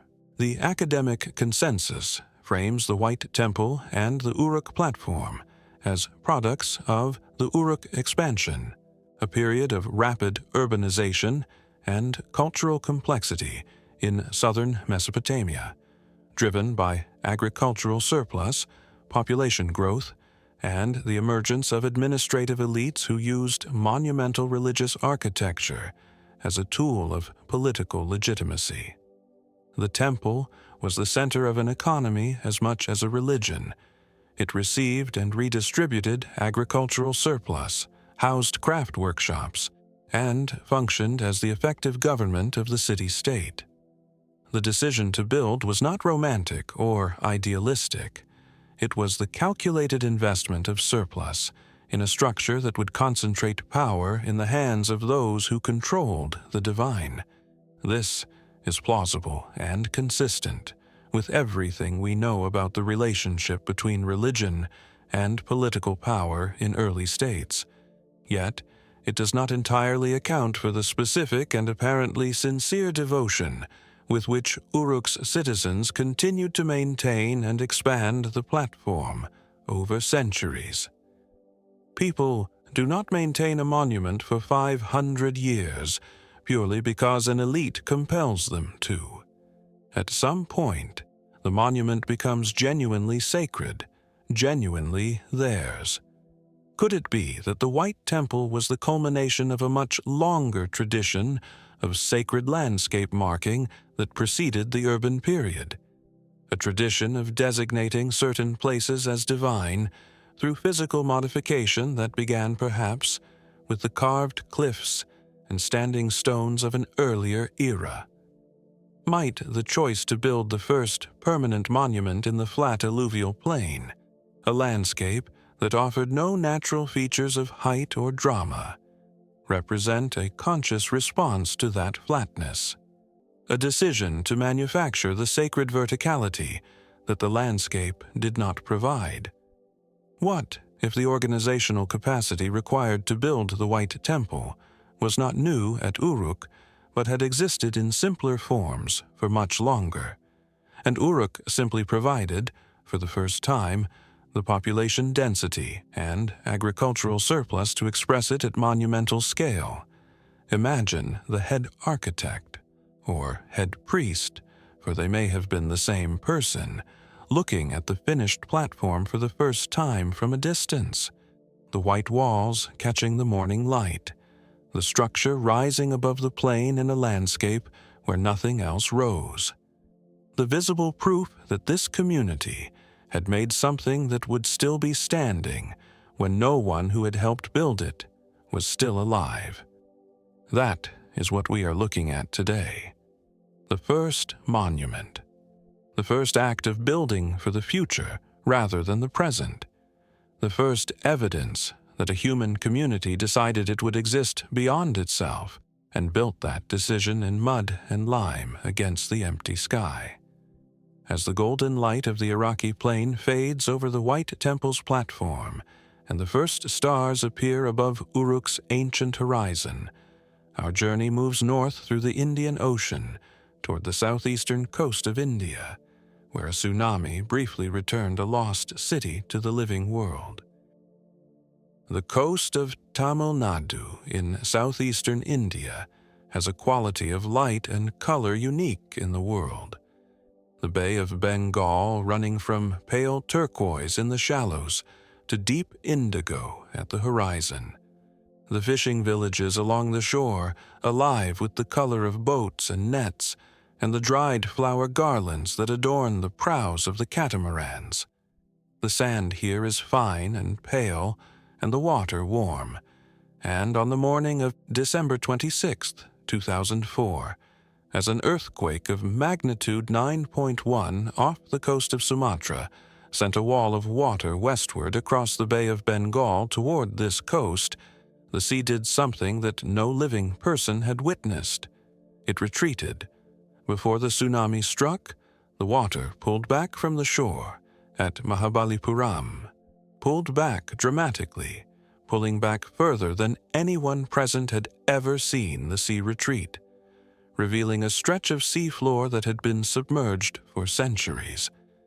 And in that briefly exposed floor, for a few extraordinary minutes, stone structures were visible, walls, columns, the unmistakable geometry of human construction. Then the wave arrived and covered them again. Mahabalipuram, also known as Mamallapuram, is a coastal town in the Kanchipuram district of Tamil Nadu, India, and was the principal port city of the Pallava dynasty, which dominated southeastern India from approximately 275 to 897 CE. Mahabalipuram contains some of the finest examples of early Dravidian rock-cut and structural temple architecture, including the shore temple, which stands at the water's edge and is itself partially submerged at high tide, and the famous carved reliefs depicting the descent of the Ganges. Local legend and the oral traditions of Tamil Nadu's coastal communities had long held that Mahabalipuram was once a much larger city, that it had contained 6 or 7 temples, and that all but the shore temple had been claimed by the sea. What the tsunami of 2004 briefly revealed was not the legend. It was confirmation of the legend. In the minutes of the sea's extraordinary withdrawal, multiple eyewitnesses, including tourists and local residents, reported seeing stone walls, what appeared to be carved columns, and large granite blocks arranged in structured patterns on the briefly exposed seafloor. Survey teams deployed after the tsunami, including teams from the Archaeological Survey of India and independent diving teams, subsequently confirmed the presence of significant underwater structures at multiple points along the Mahabalipuram coast. What they found included stone walls, a massive sculpted elephant, and large granite blocks with what appeared to be architectural dressing marks, at depths of between 5 and 8 meters. The underwater structures at Mahabalipuram are confirmed by multiple independent surveys, including sonar mapping and underwater photography. Yet the full extent of the submerged site has not been systematically excavated, and the total number and type of structures present in the underwater zone remain unknown. The architectural style of the visible structures is consistent with Pallava period construction, which would date the submersion to after approximately 300 CE and before approximately 900 CE. Yet the mechanisms that caused the submersion, gradual coastal erosion, tectonic subsidence, or a specific catastrophic event, have not been definitively identified. The oral traditions of the local fishing communities at Mahabalipuram consistently describe a city of 7 temples, of which only the shore temple remains above water. Yet, whether this is a literal historical memory, a mythological elaboration of the landscape's former extent, or both simultaneously, cannot be determined. The carved elephant discovered underwater is in excellent condition, suggesting either that its submersion was relatively recent or that the specific conditions of this section of seafloor have been unusually protective of stone. What catastrophe, gradual or sudden, took these temples below the waterline? How many structures remain unmapped in the shallow waters off this coast? And what else might our local mythologies and oral traditions be accurately recording if we were willing to look for it beneath the water?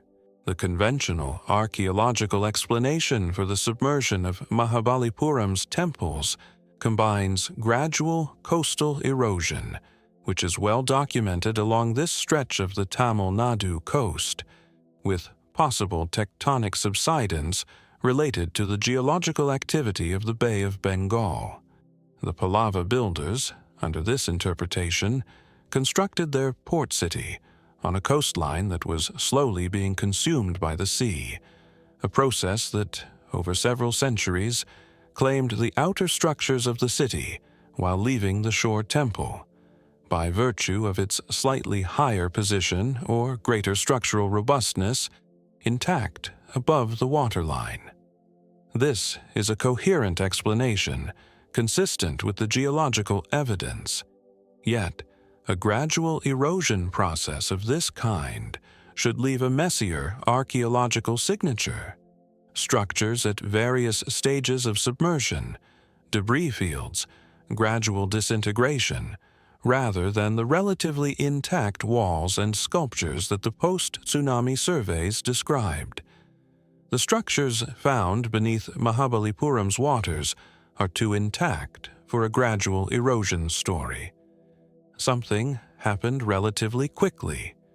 Something the local communities remembered and encoded in their tradition of 7 temples, and told to their children, and those children told to their children for more than 1,000 years. Could it be that a specific catastrophic coastal event, a tsunami, an earthquake-triggered subsidence, a storm surge of unusual scale, consumed the outer temples of Mahabalipuram in a single event, preserving rather than gradually destroying the submerged structures? Might the tradition of 7 temples represent not a mythology but community memory, the spoken inheritance of people who lived through or immediately after the coastal catastrophe and passed the event forward through generations of oral transmission?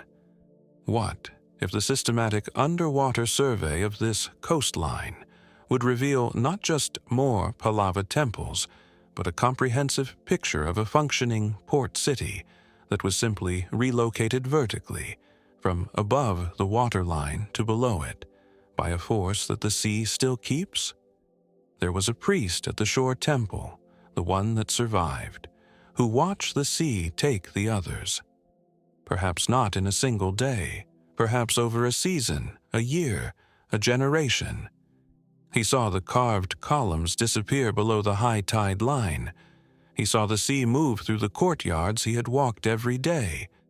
And he told someone what he had seen, and they told someone else, and the story traveled forward through 1,000 years of telling until it arrived in the oral tradition of the Tamil Nadu fishing communities, still accurate, still geographically specific, waiting for a tsunami to confirm it. As the waters of the Bay of Bengal close again over the stone walls of Mahabalipuram and the coast returns to its ordinary shimmer, our journey moves north and west across the Arabian Sea toward the Levant and Syria, where a library of 20,000 clay tablets preserved for 4 millennia, secrets about the ancient world that nobody alive yet knew had been lost. The landscape around Idlib in northwestern Syria is gentle and agricultural.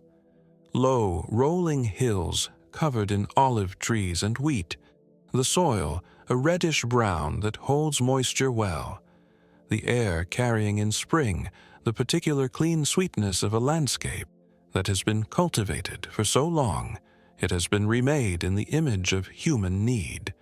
It is not dramatic country. It does not announce itself. In 1964, an Italian archaeological mission began excavating a large tell, an artificial mound formed by the accumulated debris of successive settlements, called Tel Mardik, about 60 kilometers south of Aleppo. For years, the work proceeded at the ordinary tempo of systematic excavation. Then, in the early 1970s, the dig's levels reached something that had not been seen for roughly 4,000 years. A room. And in the room, arranged on collapsed shelves that had burned and brought their contents to the floor in exactly the order they had been stored, approximately 20,000 clay tablets. The palace library of Ebla. And what was written on them changed what we thought we knew about the ancient world. The ancient city of Ebla, corresponding to the archaeological site of Tel Mardik in the Idlib Governorate of Syria, was a major urban center in the ancient Near East, with its most prominent period occurring during the early Bronze Age, approximately 2400 to 2300 BCE. At its height, Ebla had a population estimated at up to 260,000 people, including its hinterland, and was a major trading and administrative hub connecting Mesopotamia, Anatolia, Egypt, and the Levant. The palace archive discovered by the Italian excavation team, the largest archive from the 3rd millennium BCE ever found, contained administrative records, diplomatic correspondence, lexical lists, religious texts, and trade records in 2 languages, Sumerian and Eblate, an early Northwest Semitic language closely related to ancient Hebrew and Phoenician. The tablets of Ebla rewrote the history of Syria specifically and the ancient Levant broadly. Before their discovery, the region was assumed to have been a relatively undeveloped periphery in the early Bronze Age, an area of pastoralist and small-scale agricultural communities dependent on the great civilizations of Mesopotamia and Egypt for cultural and administrative models. The Ebla archive demonstrated instead that the Levant had, by 2400 BCE, its own sophisticated urban civilization, its own diplomatic correspondence with contemporary powers, and its own literary and religious traditions. Personal names recorded in the Ebla tablets include names closely paralleling those in the Hebrew Bible, including what appear to be early forms of the names Abraham, Esau, Ishmael, and Israel, as well as references to cities including Sodom, Gomorrah, Admah, Zeboim, and Bela, the 5 cities of the plain described in Genesis.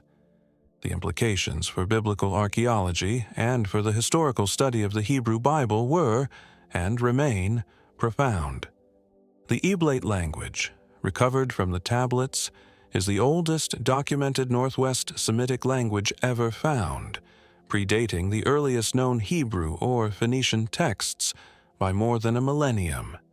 Yet, the full corpus of Eblate remains under study, and many texts have not been fully published or translated.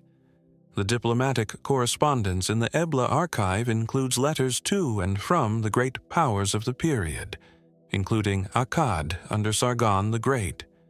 Yet the exact political relationship between Ebla and Akkad, tributary, allied, or genuinely independent, remains debated, as different tablets seem to support different readings.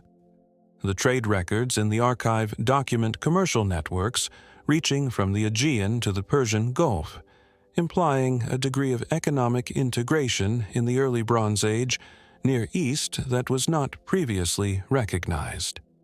Yet, the physical traces of these trade networks, the goods themselves, the ships, the road infrastructure, have only partially been recovered in supporting excavations. The destruction of Ebla, probably by Naram-Sin of Akkad around 2300 BCE, burned the palace so thoroughly that the clay tablets were fired by the destruction rather than destroyed by it, which is why they survived. Yet the burning also destroyed the perishable records, papyrus, wooden tablets, woven textiles, that would have completed the picture the clay preserves only partially. What else did the Ebla archive contain that has not yet been fully translated or published? How many other Bronze Age Levantine cities, each potentially as significant as Ebla, lie beneath unexcavated tells in the Syrian and Lebanese countryside? And what does it mean for our understanding of the Hebrew Bible that the cities it describes and the names it records appear in administrative records from a culture that predates it by 2,000 years? The mainstream scholarly response to the Ebla archive has been to integrate its findings into a revised picture of early Bronze Age Near Eastern history that gives greater weight to the Levant as an independent center of urban culture. The parallels between Ebla and the Hebrew Bible, the personal names, the city names, are generally treated with scholarly caution. The parallels are real, but do not amount to a direct historical connection, given the 1,000-year gap between the Ebla archive and the earliest biblical texts. The tablets tell us about a real, sophisticated, fascinating civilization. They do not confirm the historicity of biblical narrative in any simple or direct sense. Yet the accumulation of parallels, not just one or two names, but a pattern of correspondence across multiple texts, is sufficiently striking to maintain active scholarly debate. The archive is real. The parallels are real. The debate about what they mean and what they do not mean is real, and the tablets that would settle it may still be unexcavated in the Syrian earth.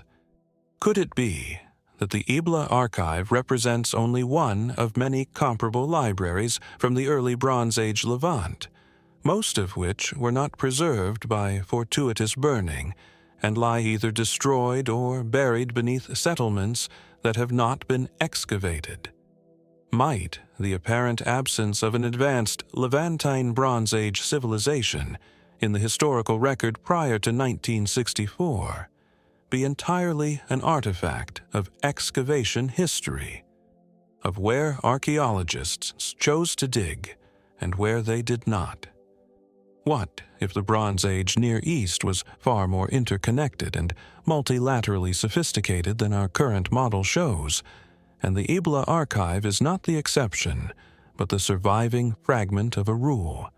Picture the palace librarian of Ebla in the final days before the city's destruction, the administrator whose job it was to maintain the archive, to copy worn tablets, to receive new correspondence, to organize the stacks by subject and date.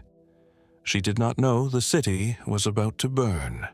She filed the last letter in its place, straightened the rows of tablets on their wooden shelves, and left the room. The fire came. The wood burned. The clay did not. And 4,000 years later, The Italian excavation team found her filing system perfectly intact on the collapsed floor of the palace library, preserved by the same fire that destroyed everything else she knew. As the Syrian hills receive the afternoon light and the memory of Ebla's tablets settles back into the earth, our journey turns south and west, following the ancient coastline of the Levant toward the sea-submerged harbor of Alexandria, where sphinxes wait in the silt of the Mediterranean for hands that have not yet been willing to raise them. The water of the eastern harbor at Alexandria, Egypt, is murky and green and dense, with the accumulated silt of centuries, visibility rarely exceeding a few meters even on calm days. The Mediterranean above it glitters with a surface brightness that makes no promises about what lies below.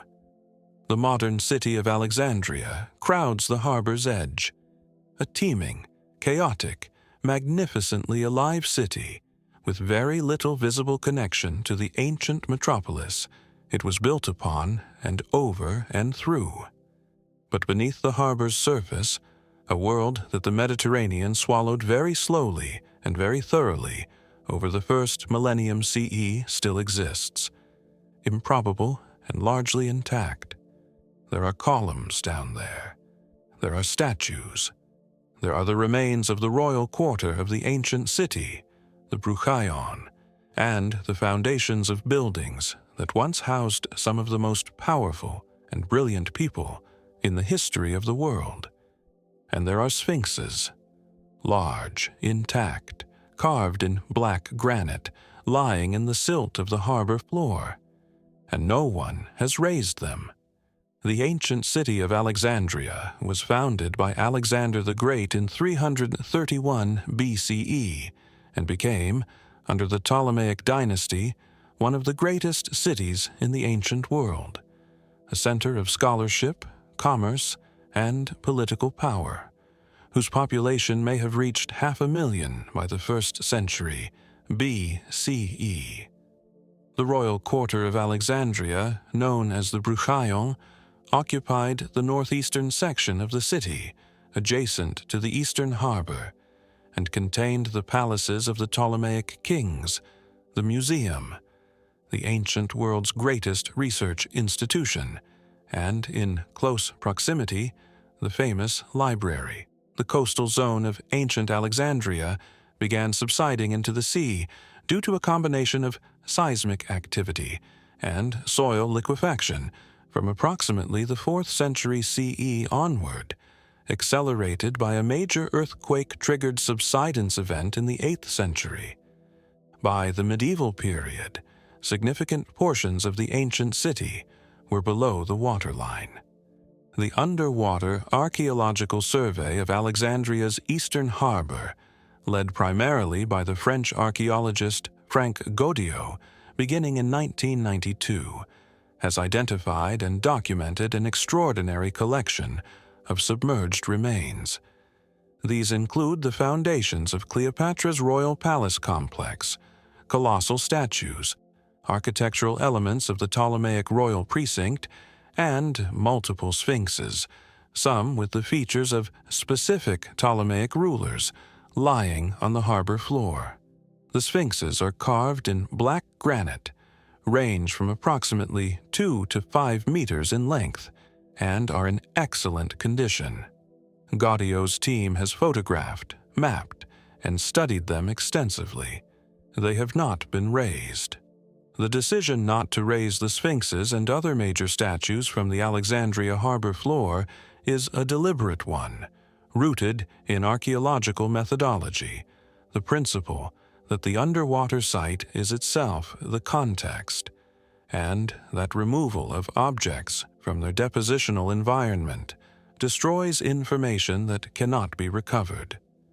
Yet this methodological conservatism means that objects of extraordinary historical and artistic significance remain inaccessible to the public and to physical study in conditions that, while relatively stable, are subject to long-term deterioration from harbor activity, anchor damage, and biological growth.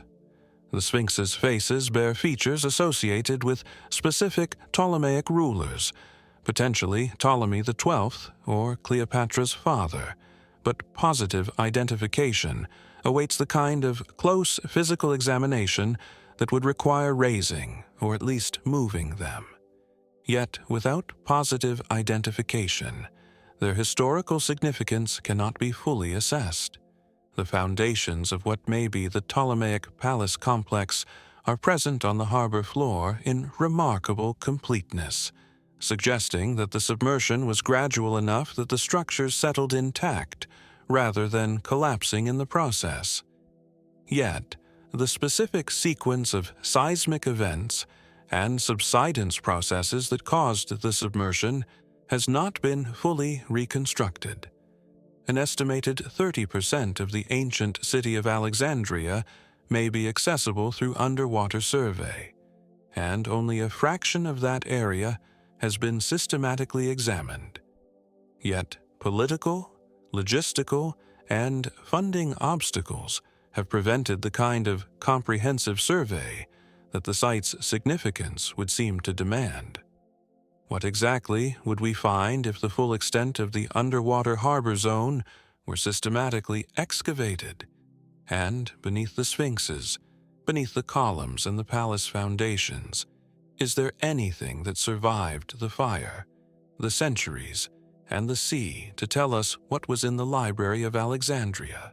The dominant scholarly position on the underwater site holds that it represents an exceptional opportunity for the study of late Ptolemaic and early Roman Alexandria, but that the methodological challenges, visibility, water conditions, the scale of the site, the volume of modern harbor traffic, make comprehensive excavation extraordinarily complex and expensive. The objects already documented represent a manageable sample of what the site contains, and the priority has been thorough documentation rather than physical recovery. The sphinxes are safer in the harbor floor under most conditions than they would be in a facility without the resources to properly conserve them after recovery. This is not an unreasonable position. Yet the harbor floor is not stable in perpetuity, and every decade that passes without systematic survey is a decade in which the site degrades further. The Library of Alexandria burned, or rather it diminished over centuries, and was finally extinguished by the Roman period's various political and military upheavals. What it contained is lost. What lies beneath the harbor may not be. Could it be that the palace complex on the harbor floor preserves, in its sealed rooms and collapsed storage spaces, organic material, papyrus scrolls, wooden tablets, wax writing boards, that the water has preserved in the same anaerobic conditions that have preserved similar organic material in other waterlogged archaeological sites? Might one of the submerged buildings in the Bruchaion be the depository of a private royal collection, royal correspondence, court records, or the personal library of a Ptolemaic ruler that survived separate from the great library and has simply not yet been found? What if the sphinxes are not merely decorative monuments, but markers, positioned at the entrances of specific buildings, as sphinxes typically were, and that the buildings they guard still contain what they were built to protect? There is a sphinx down there, right now, in the green silt of Alexandria's harbor. Black granite, eyes forward, waiting. It was carved by a sculptor who knew the face it was meant to bear, who worked the hard stone with chisels and abrasives under Mediterranean sun, until the face emerged from the block with all its political and divine authority intact. It was set at the entrance of a building that mattered. The sea came for that building, and the Sphinx lay down in the silt, and has been lying there ever since. It has been patient longer than any civilization that has looked down at it. it is patient still. As the murky harbor water of Alexandria closes over the silt-covered sphinxes and the modern city hums above them, our journey turns north and east along the ancient Silk Road toward eastern Turkey, where a ruined medieval city sits on a closed border, and the archaeologists who want to study it cannot freely cross.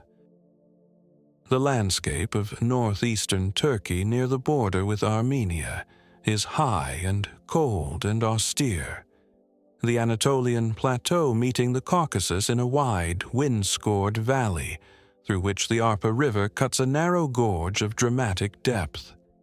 The light here is clear and somewhat merciless, the shadows it makes on stone walls and grass slopes as sharp as if cut by something with an edge.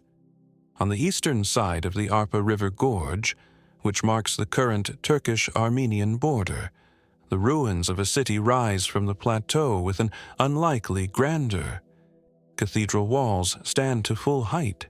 Mosque minarets rise incomplete but recognizable against the sky. Defensive walls stretch for kilometers. The city is substantial, beautiful, and entirely empty, and has been largely empty for approximately 700 years. And the border that runs along the river gorge below it means that the archaeologists who most urgently want to study it cannot simply arrive and begin work. Ani was the capital of the medieval Armenian kingdom under the Bagratid dynasty, serving as the principal city of Armenia from approximately 961 CE, when it was designated the capital, until the Mongol invasion of 1236. At its peak in the early 11th century, Ani had a population estimated between 100,000 and 200,000, making it one of the largest cities in the world at that time, comparable in size to Constantinople and Cairo. The city was renowned throughout the medieval world for its architectural sophistication, its churches and mosques, its commercial wealth, and its position on the Silk Road trade routes linking Central Asia with Anatolia and the Mediterranean.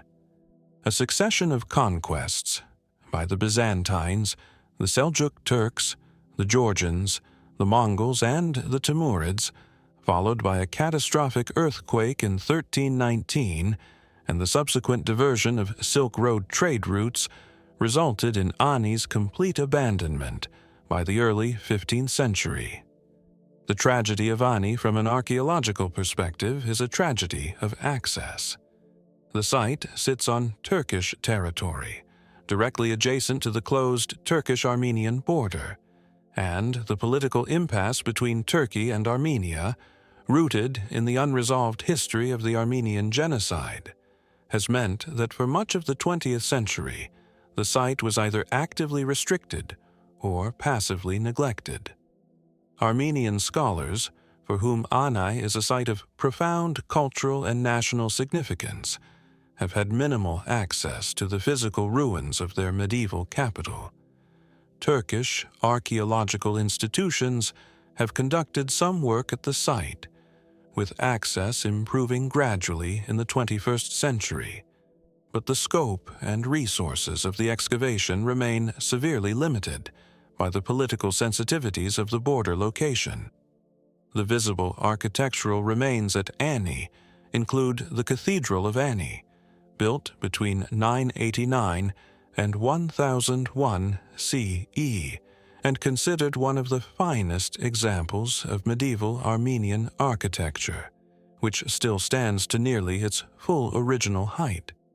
Yet the cathedral has received only minimal restoration or conservation work, and its structural integrity is compromised by centuries of neglect. The defensive walls of Ani, stretching approximately 8,000 meters around the city's perimeter, are among the most complete surviving examples of medieval military architecture in the world.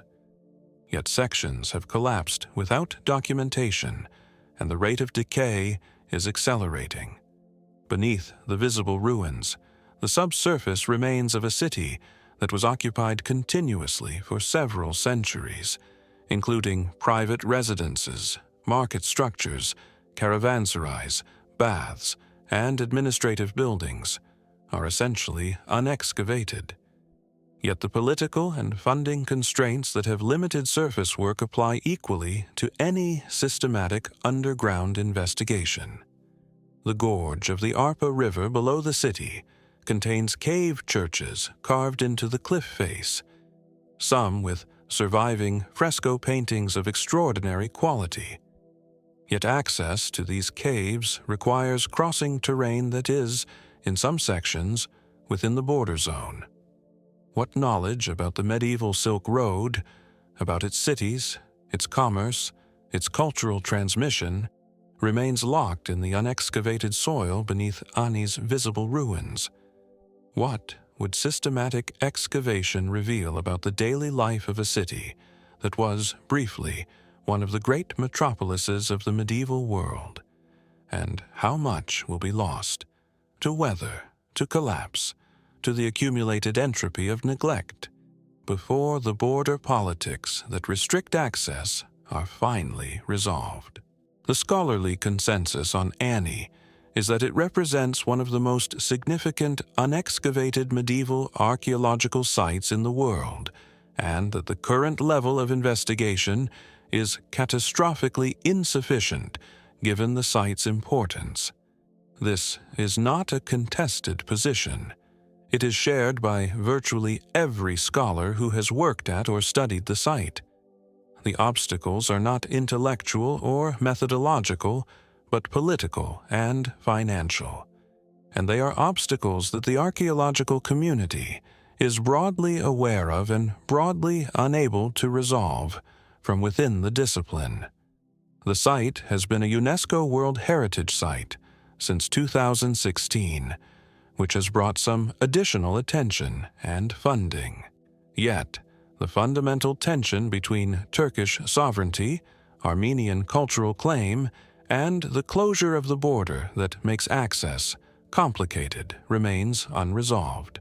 A city of 200,000 people left behind a physical record of extraordinary richness. That record is degrading year by year in a political impasse that no archaeologist has the power to break. Could it be that beneath the visible ruins of Ani's churches and defensive walls, there lie structures from earlier periods of occupation, pre-Bagratid, perhaps even Urartu period, that would extend the site's significance further back in time than its medieval fame suggests? Might the cave churches of the Arpa Gorge contain frescoes and inscriptions that would provide crucial evidence for the history of Armenian Christianity and its artistic traditions in a period from which very little physical evidence survives? What if Ani is, beneath its medieval surface, a stratified archaeological site of genuinely extraordinary depth? One that, if fully investigated, would rewrite chapters of the history of the Caucasus, the Silk Road, and the art of the medieval Christian world. Think of the last resident of Ani. Not the last king or the last bishop, the last ordinary person, the last person who called it home.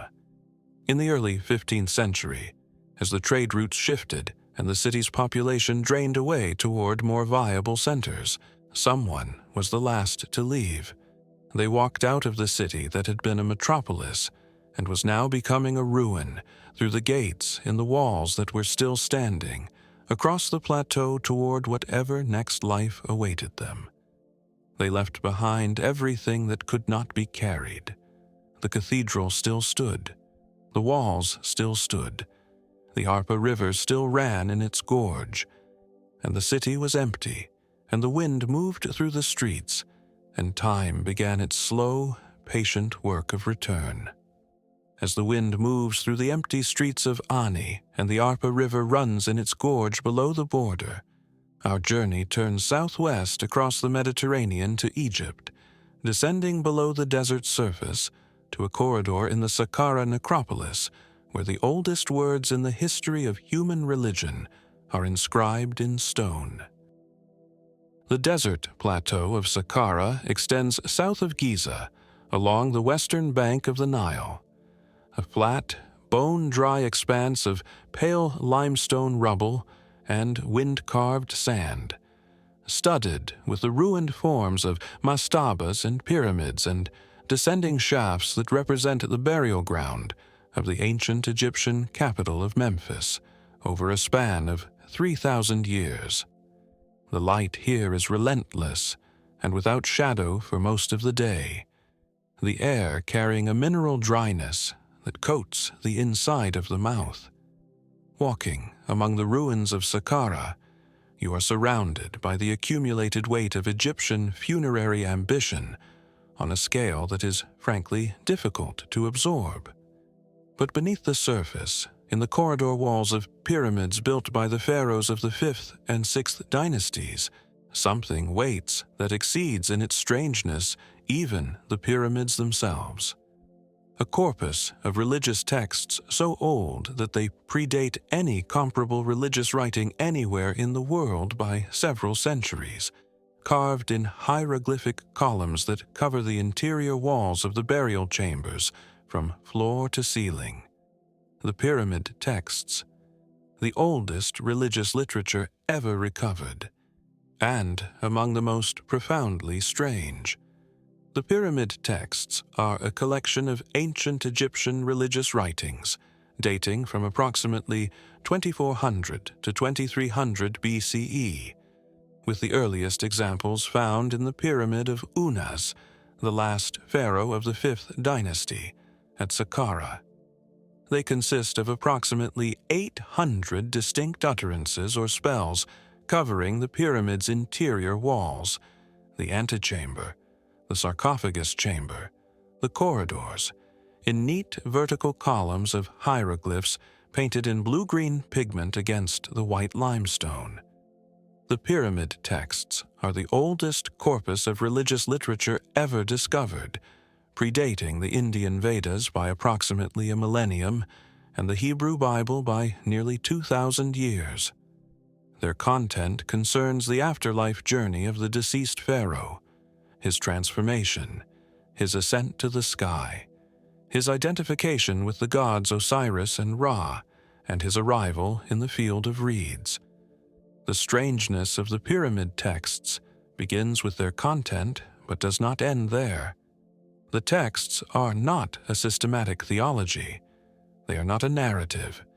They are a collection of ritual utterances, spells, and liturgical formulas drawn from sources that were apparently already ancient when they were first carved into these walls in approximately 2400 BCE.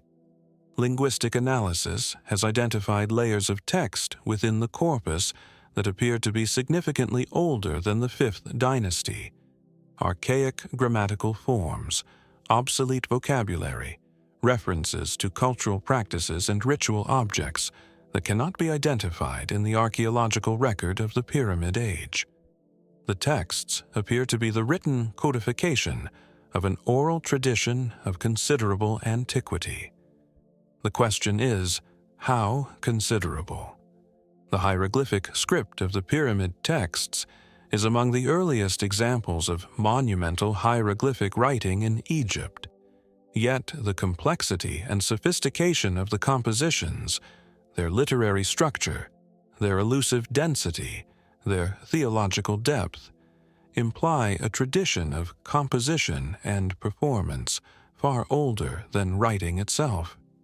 Yet how long oral religious traditions can be accurately transmitted without writing is a question that linguists and folklorists have not been able to answer with precision. The pyramid texts contain references to stellar constellations and celestial navigation that are consistent with an astronomical tradition focused on the circumpolar stars, stars that, from Egypt, do not rise or set but circle the pole continuously and were associated with eternity and the afterlife. Yet, the specific star positions referenced in some texts correspond most precisely to the sky as it appeared in the 4th or 5th millennium BCE, prior to the text's composition. Some utterances in the corpus appear to describe physical rituals involving specific objects and actions, but those objects have never been found in any royal burial, and those actions are nowhere else depicted. They exist only in these words. The texts include passages that describe the king's transformation into a bird, specifically a falcon, and his flight to join the stars, passages of remarkable lyrical power that stand among the most beautiful religious poetry in any ancient language. Yet the relationship between these passages and any actual funerary ritual practice is impossible to reconstruct. If the pyramid texts encode an oral tradition older than writing, how much older? Is there a form of religion, a complete theology of death and sky and transformation that predates all recorded history, and of which these texts are the earliest written echo? And what does it mean that the first thing human civilization chose to carve into stone for the purpose of eternity was a prayer? The Egyptological consensus holds that the pyramid texts represent the codification and monumental deployment of an existing oral and possibly written tradition of funerary liturgy that had developed over the preceding centuries of Egyptian state formation. The archaic linguistic elements are real, but are best explained as the conservative preservation of older liturgical language, a common feature of religious texts in many traditions, in which the antiquity of the language itself is a source of authority. The astronomical references reflect genuine ancient Egyptian sky observation, but do not require the texts to originate earlier than their apparent composition date. This is well-reasoned and orthodox. Yet, the degree of literary sophistication and theological complexity in texts that are already, at their first appearance, the most complex religious writings in the world, is difficult to explain as the product of a tradition that had only just become literate. The pyramid texts appear fully formed, like the Dogu, like the Sanxingdui bronzes, like the Knossos water system. They arrive without visible beginnings. Could it be that the pyramid texts preserve, in deliberately archaic language, a tradition of cosmological knowledge and religious practice that originated in the prehistoric period, in the pre-dynastic communities of the Nile Valley, whose material culture survives only in fragments? Might the specific astronomical references in the texts encode an observational tradition stretching back to the 4th or 5th millennium BCE, a tradition of sky watching and sky mapping that preceded agriculture and cities and writing, and left its deepest trace not in stone or pottery, but in language, in the specific words used to describe the journey of the dead through the stars? What if the pyramid texts are not the beginning of Egyptian religion, but its written memory, the moment when a civilization decided to carve into permanent stone what had been known and spoken and believed for longer than any record can reach? There was a scribe at Saqqara in approximately 2360 BCE, working by lamplight in the narrow corridor of Unis's pyramid, carving column after column of hieroglyphs into the white limestone. He had been trained in a tradition of copying and memorizing these texts. He knew them before he carved them, had known them since his apprenticeship. As he worked, cutting each hieroglyph with the focused precision of deep expertise, he was performing an act of tremendous consequence, making permanent what had been spoken for generations beyond counting.